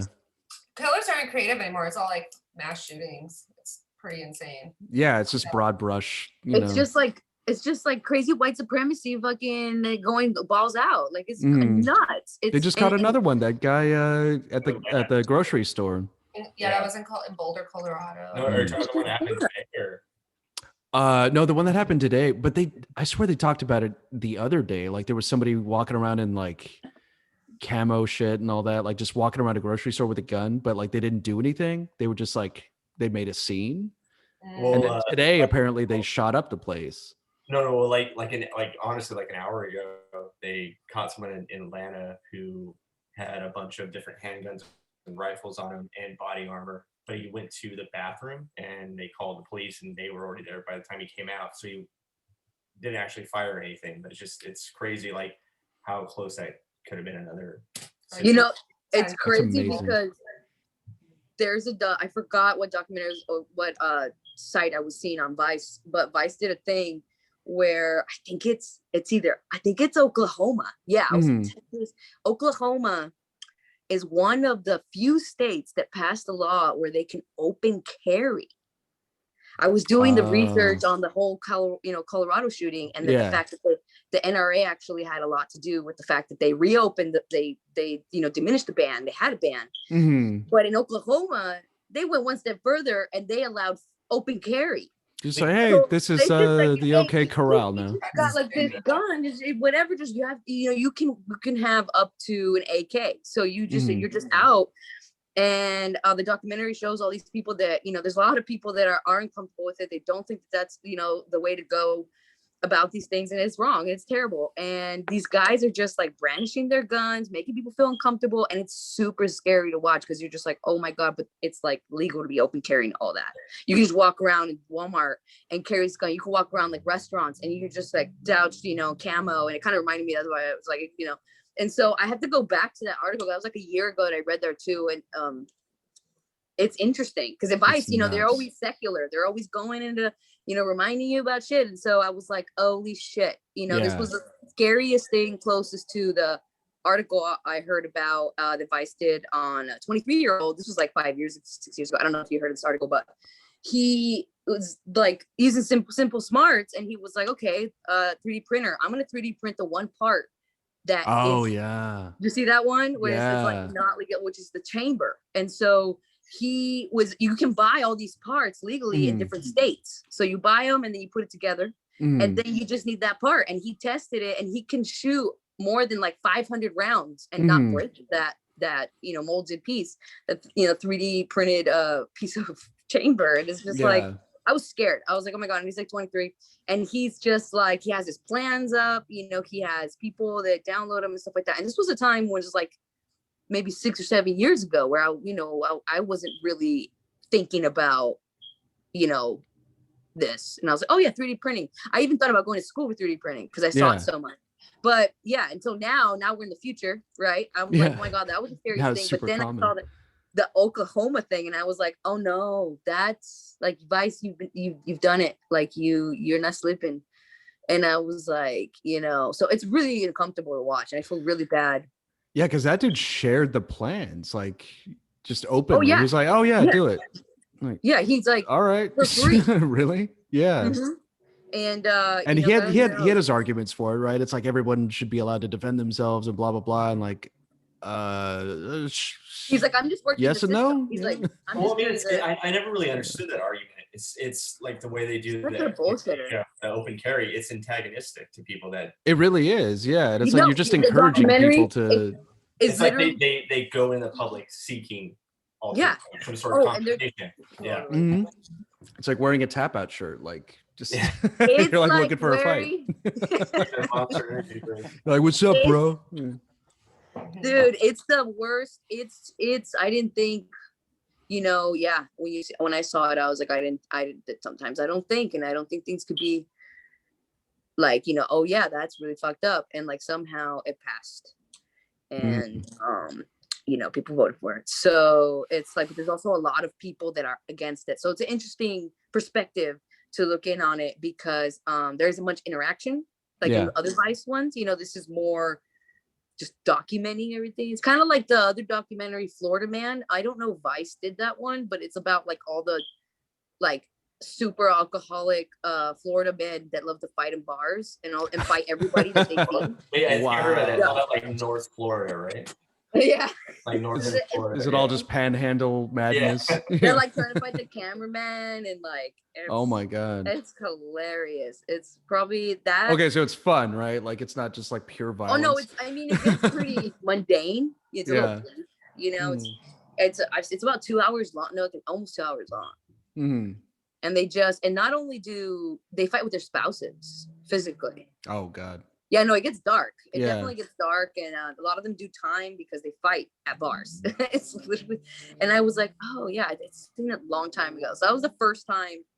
And they're all like pro, NRA. They're all pro guns. They're like, my land. And it's like, it's so bad. It's really, really bad. It gets dark. It gets really dark. So that was the first time I was like, saw something on Vice. I was like, oh, I'm spooked. Yeah. Yeah, I've never been to the South. So I've never been to the South. Yeah. Except for like South, like in Mexico. Yeah. But yeah, I've been to Mexico, been to Tennessee. Oh, I've been to Tennessee. Yeah. I've been to Tennessee in an airport. Tennessee's interesting. Tennessee's an interesting place. Yeah, And I was in Nashville. Yeah. My dad lives outside of Nashville in this tiny ass town.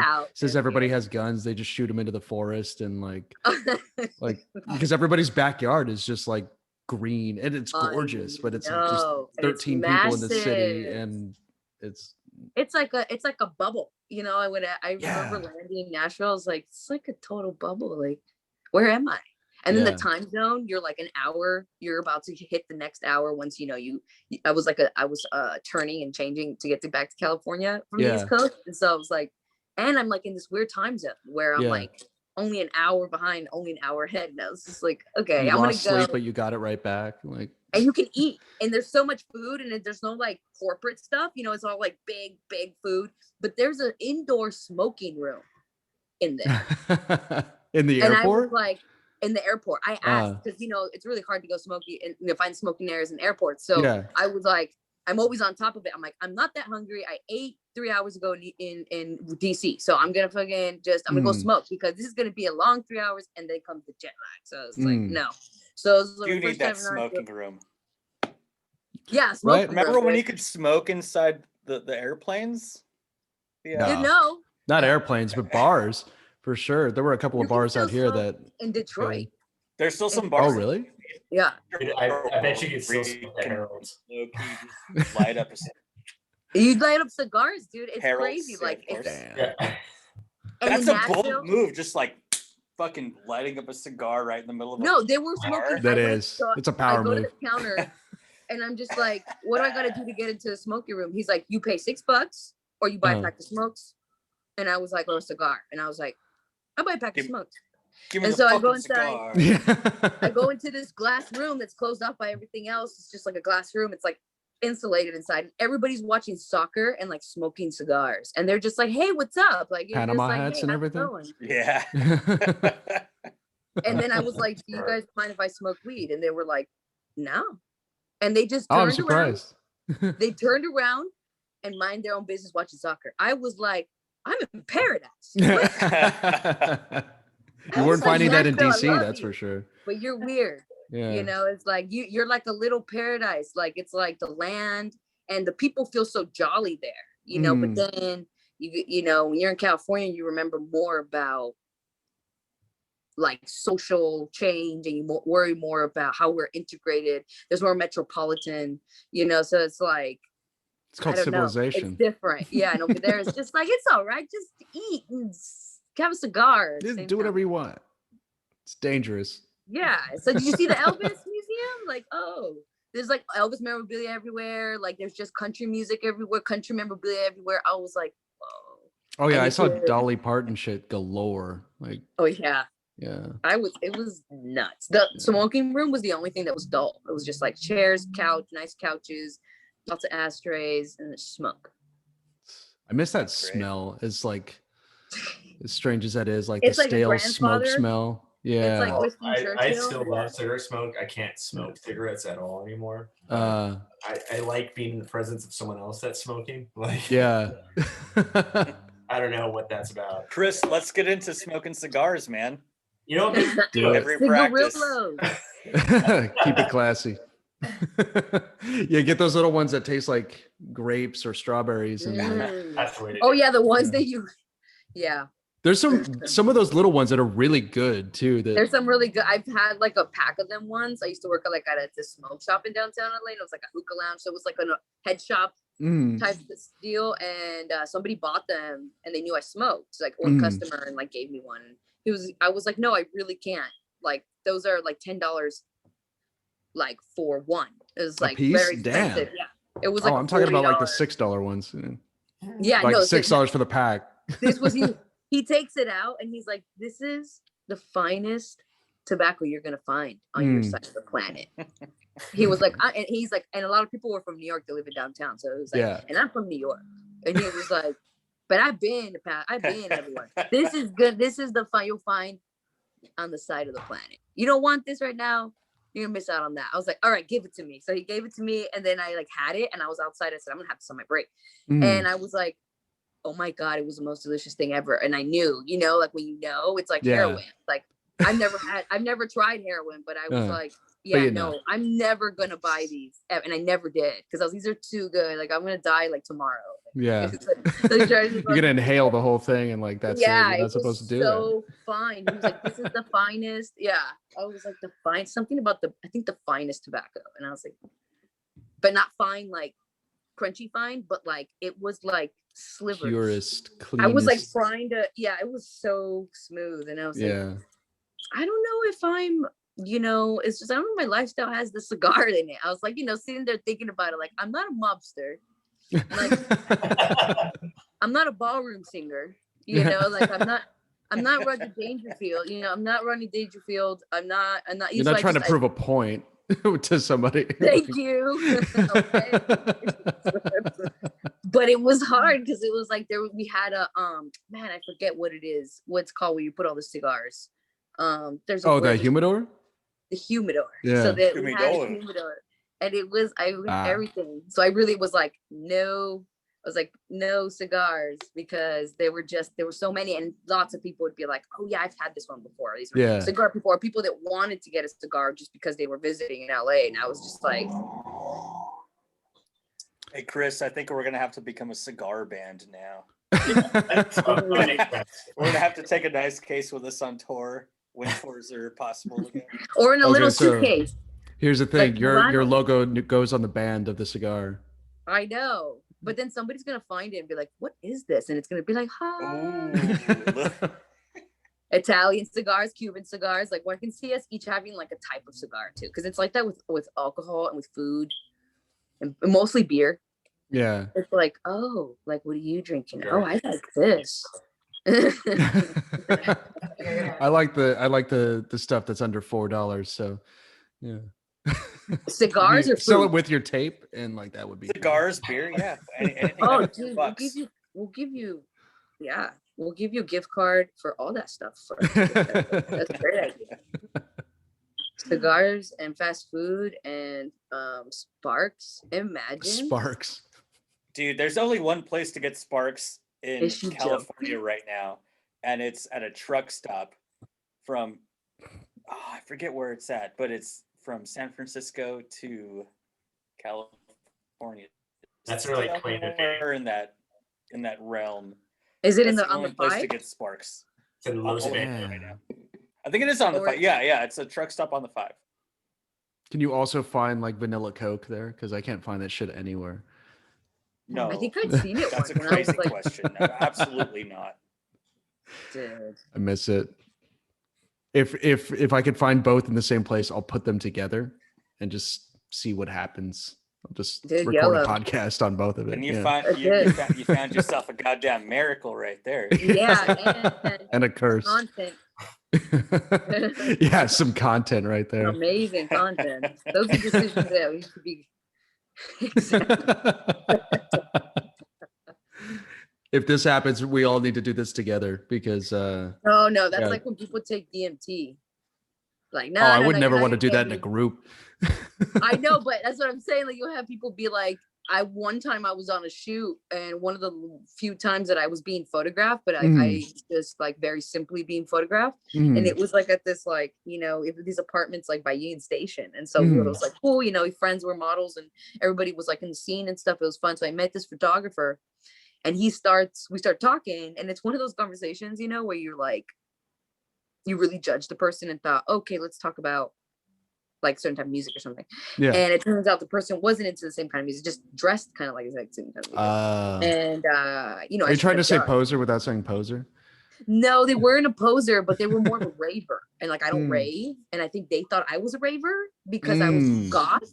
And that, you know, sometimes those two, they kind of go like, you know, they intertwine, you know, but I don't intertwine, like I don't rave. So like I go like, I love like house and trance like that, but like I'm not a huge fan. It's not really my thing. Right. But like I said, goth, industrial, you know, and then it's like house, trance, EDM. So he was like indie EDM, so it's like far Right. over there. And so he was like, yeah, you know, do you like to cosplay? I was like, oh, you know, I love anime, but like I've never done. I've been to Comic-Con, so I've never done, but I love to see it. And he was like, you should come cosplay with me and my friends. We do it all the time, and we take DMT. It's great. And I was like, whoa. Not hard to get. Yeah. I mean, people find it, I guess. I used to watch YouTube videos of people being like, this is me on YouTube. This is like 10 years ago. It's like MySpace days. And it's just like, takes a bong, hits it, he's outside, and he's just like on, you know, on all fours for like an hour or two. But Vice has a couple DMT. There's a really good drug show on Vice called Oh, is it Hamilton's? Hamilton. Yeah, that dude's interesting. Pharmacopoeia. Yeah. That dude, I've never seen anyone who knows so much about drugs. He's obsessed. Yeah. And it's just like, he looks a lot like our friend Daryl from Razor Cake. Shout out to Daryl, Razor Cake. Razor Cake. If that ever gets in. I was like, yeah, finally. Razor Cake. Oh, he's wearing it. Oh, actually, on that note, Anthony, what is... Oh, go ahead.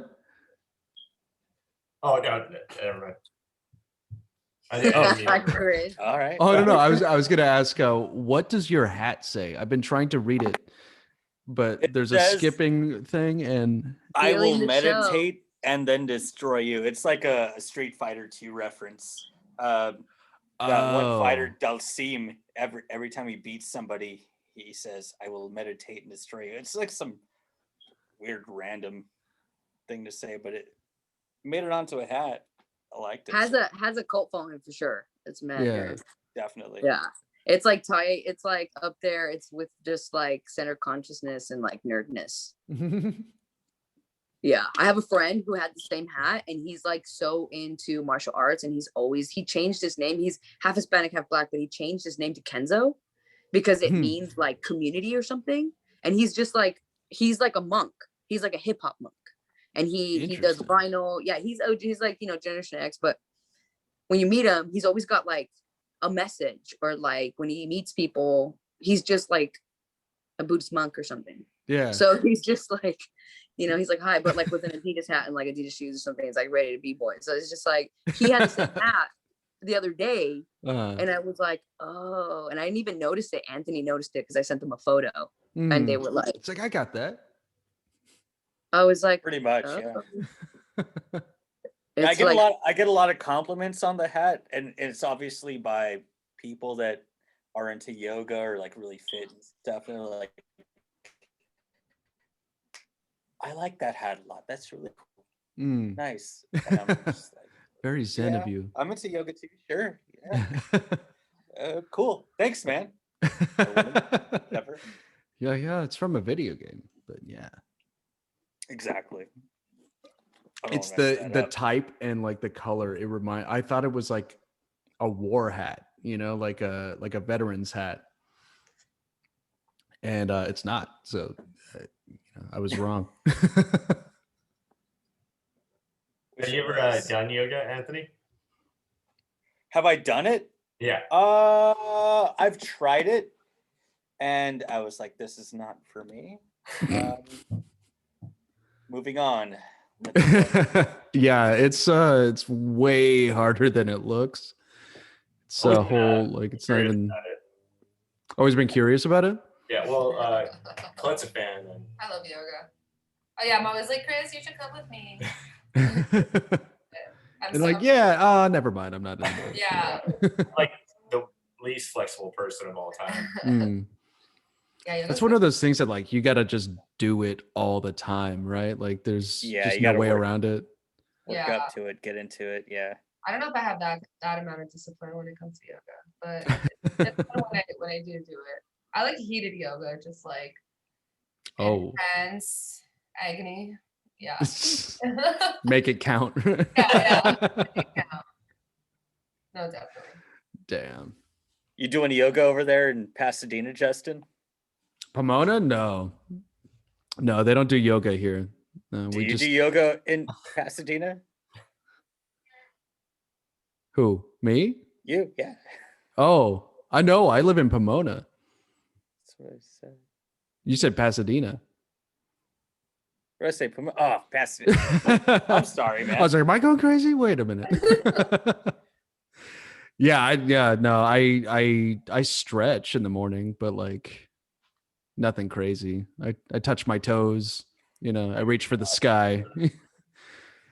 Do little arm circles every now and then. Yeah, like a little bit of this. You guys should try Pilates. I did one, like there's that one where you lift It your really legs helps. up and you try to, and then you move up to like reach the toes. The hardest thing I've ever done. Like, dude, yoga and I Pilates. did not complete it. But you know, it's like a balance. You know, you kind of do a little bit, you do a little bit of this, and maybe you come back. You kind of have to like find, like for me, I did Pilates first, and then I did yoga, and then I was like, oh, I understand yoga now. But I tried doing yoga in college, and I was like so angsty, you know, full of rage that I was just like, yeah, fuck this. And I just kind of quit, you know. So then I realized, oh, it's because I quit.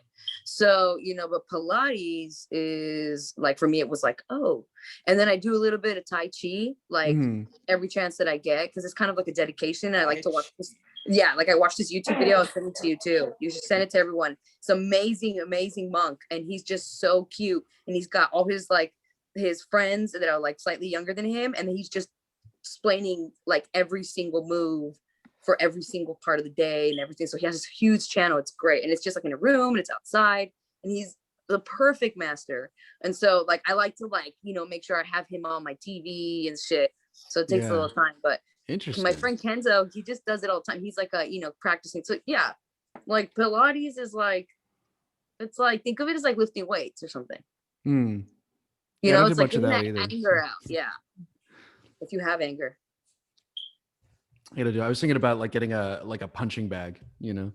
Yeah, no, same. I hear those are. But like what kind? Cathartic. You know? Oh, like an actual, a big one? Like, the big one you put in your garage? Do you have a garage? No, I've got a little apartment. I could find a place for it, and maybe just like over your bed, pillow on the couch. Like a really big pillow. That's what I do. Punching bag at the back of where I work, the alley. There's just a big punching bag just sitting there, and for the past 2 days, I've been thinking, lucky, pick that up. No, you should beat the crap out of it. Yeah, just like wail on it. Yeah. I want to just like let out some aggression. Practice for Fuck you. I bet you kick it every time you pass. Don't lie. Don't lie. Just one little. I kicked it once. You don't even do anything about it. But I think I should have done. Don't let it hit you back. Ooh. Sometimes they bounce back, you know. Anthony has a garage, dude. Fuck. But no, he sets up his music in there. Oh no, well did you move everything, or do you still have a setup in your garage? I don't have much of a setup anymore. We're gearing up. Huh? What about your closet? It's all in my closet now. I have a small recording setup in there. We're gearing up to move. So. Get out. What? Yeah, I will get out. And tune in. You guys. Wait, what are you getting rid of it? We're gearing up to move in the next month, so we're trying to pack everything up. Gotcha. Yeah, it's gonna be cool. Cool. Well, guys, gotta call it quits here. I gotta work in the morning, but thank you so much for joining me. No, thank you. And anytime. Again, if you guys want to do this again, this would be cool. Nice to meet you, Justin. I love Zooming. Oh, nice to meet you. Yeah, nice to meet everybody. Yeah, officially. We've been Instagramming for, I don't know, months. Yeah. Close to a year now. I don't even remember how we all like we're like best connected. friends. I think I just started following you and it's like, oh, this band is fucking cool. No, bless you. Thank you. Bless you. Thank you for the badass music. Before we go, I have to say, like, I'm gonna cry. When everything opens up, you have to come down to San Pedro and hang out with us, man. Oh yeah. Fuck yeah. Oh yeah. Fuck yeah, I am there. Gabby, you're invited too. And same for Pomona. When everything opens, I want to. If you haven't been to DBA, we got to go to DBA. Yeah, absolutely. Yeah. I hope they are hanging out. They've been boarded up. Oh Jesus! Hopefully they're still in there. Yeah. Well, they bordered up from the inside with like white, just like big white panels. So it's like, it doesn't look so, Oh, okay. It's not so violent. Yeah. Yeah. It doesn't look like they just avoided an attack or something, but it still like they're not active on. Yeah, exactly. It's like a discreet. wedding cake, Yeah. It's just there. It's there. Or for... like the stripper inside the wedding cake, or whatever. Hopefully she didn't fall asleep, Yeah, it's, the time will come.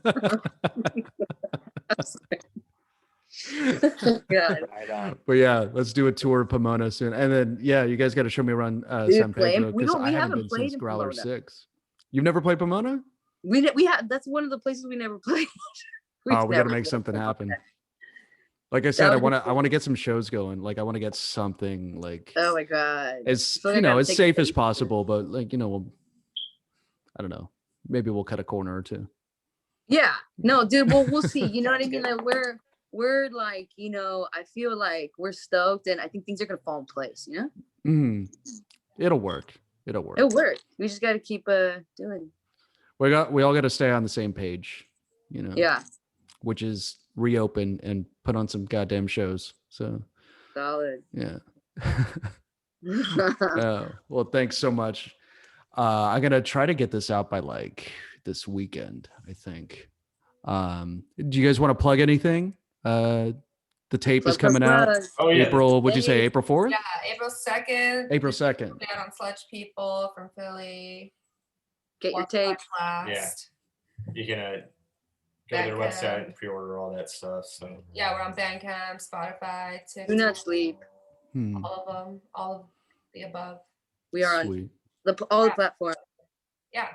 Awesome. We're working on a music video, so that's probably gonna be like something in the near future. We've been talking about a lot. Yeah, we only made one, so we're like, Colette's just been like hungry. She like loves making music videos, so it's just like we've been kind of like distancing and getting our vaccines and so like, yeah, that should be exciting. Maybe we'll make 2. Who knows? Hell yeah. We're hoping that 4 comes.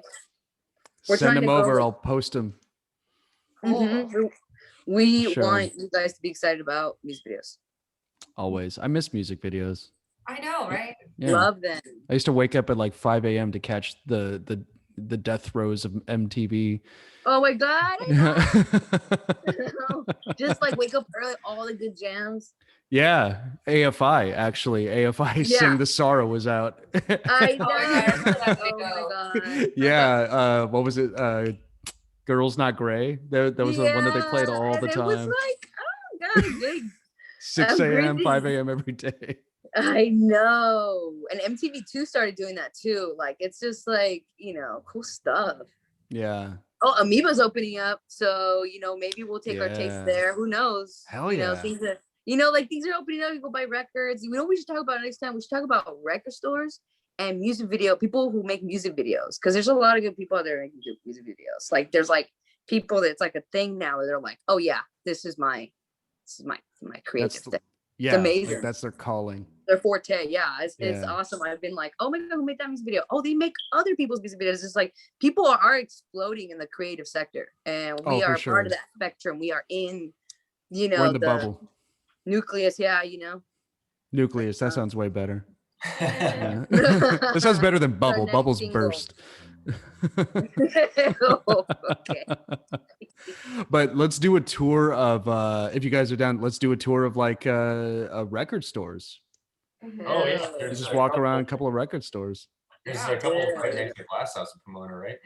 Yeah. There's the Glass House record store, and then there's Zoinks. Zoinks is a tiny one, and it's like right around the corner. Yeah, it's a really cool spot. Tiny. Both are awesome. And Nice. The Glass House record store, all of them are like $5 and under, like most of them. Yeah. Which is really good. And they're all good quality. Dude, I didn't get to check it out. I've been there 3 times. I've never had a chance to check it out. Oh, let's do it. Let's set something up. Ooh, hangs. Awesome.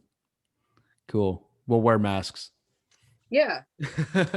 We gotta do, some people wear gloves, like that's cool. I wear gloves like sometimes, but I also like have to like stay away from certain places, and I feel like it's hectic for everybody. I wear gloves at work. I'm not gonna wear them my personal life. Yeah, at work. Yeah. Yeah, no, I forget. It gets too sweaty. I get tired of it. I feel like I'm in the Twilight Zone. Yeah. It's weird. Condoms. Yeah. And man for the win. Well, thanks again. Talk soon. I'll let you know when this all comes out. And could I borrow an MP3 for the intro? Yeah. Oh yeah. I think I bought the record, or I bought a single. So if you don't mind me using it for the No. awesome. Go for it. Cool. Oh, thanks so much. dude, thanks. You're the Yeah. best. I try. Justin. Nice to meet everybody. Nice to meet you. Yeah. Talk soon. Oh, have a great night. You too. Bye. See ya. Bye, you guys. Though you guys. Bye.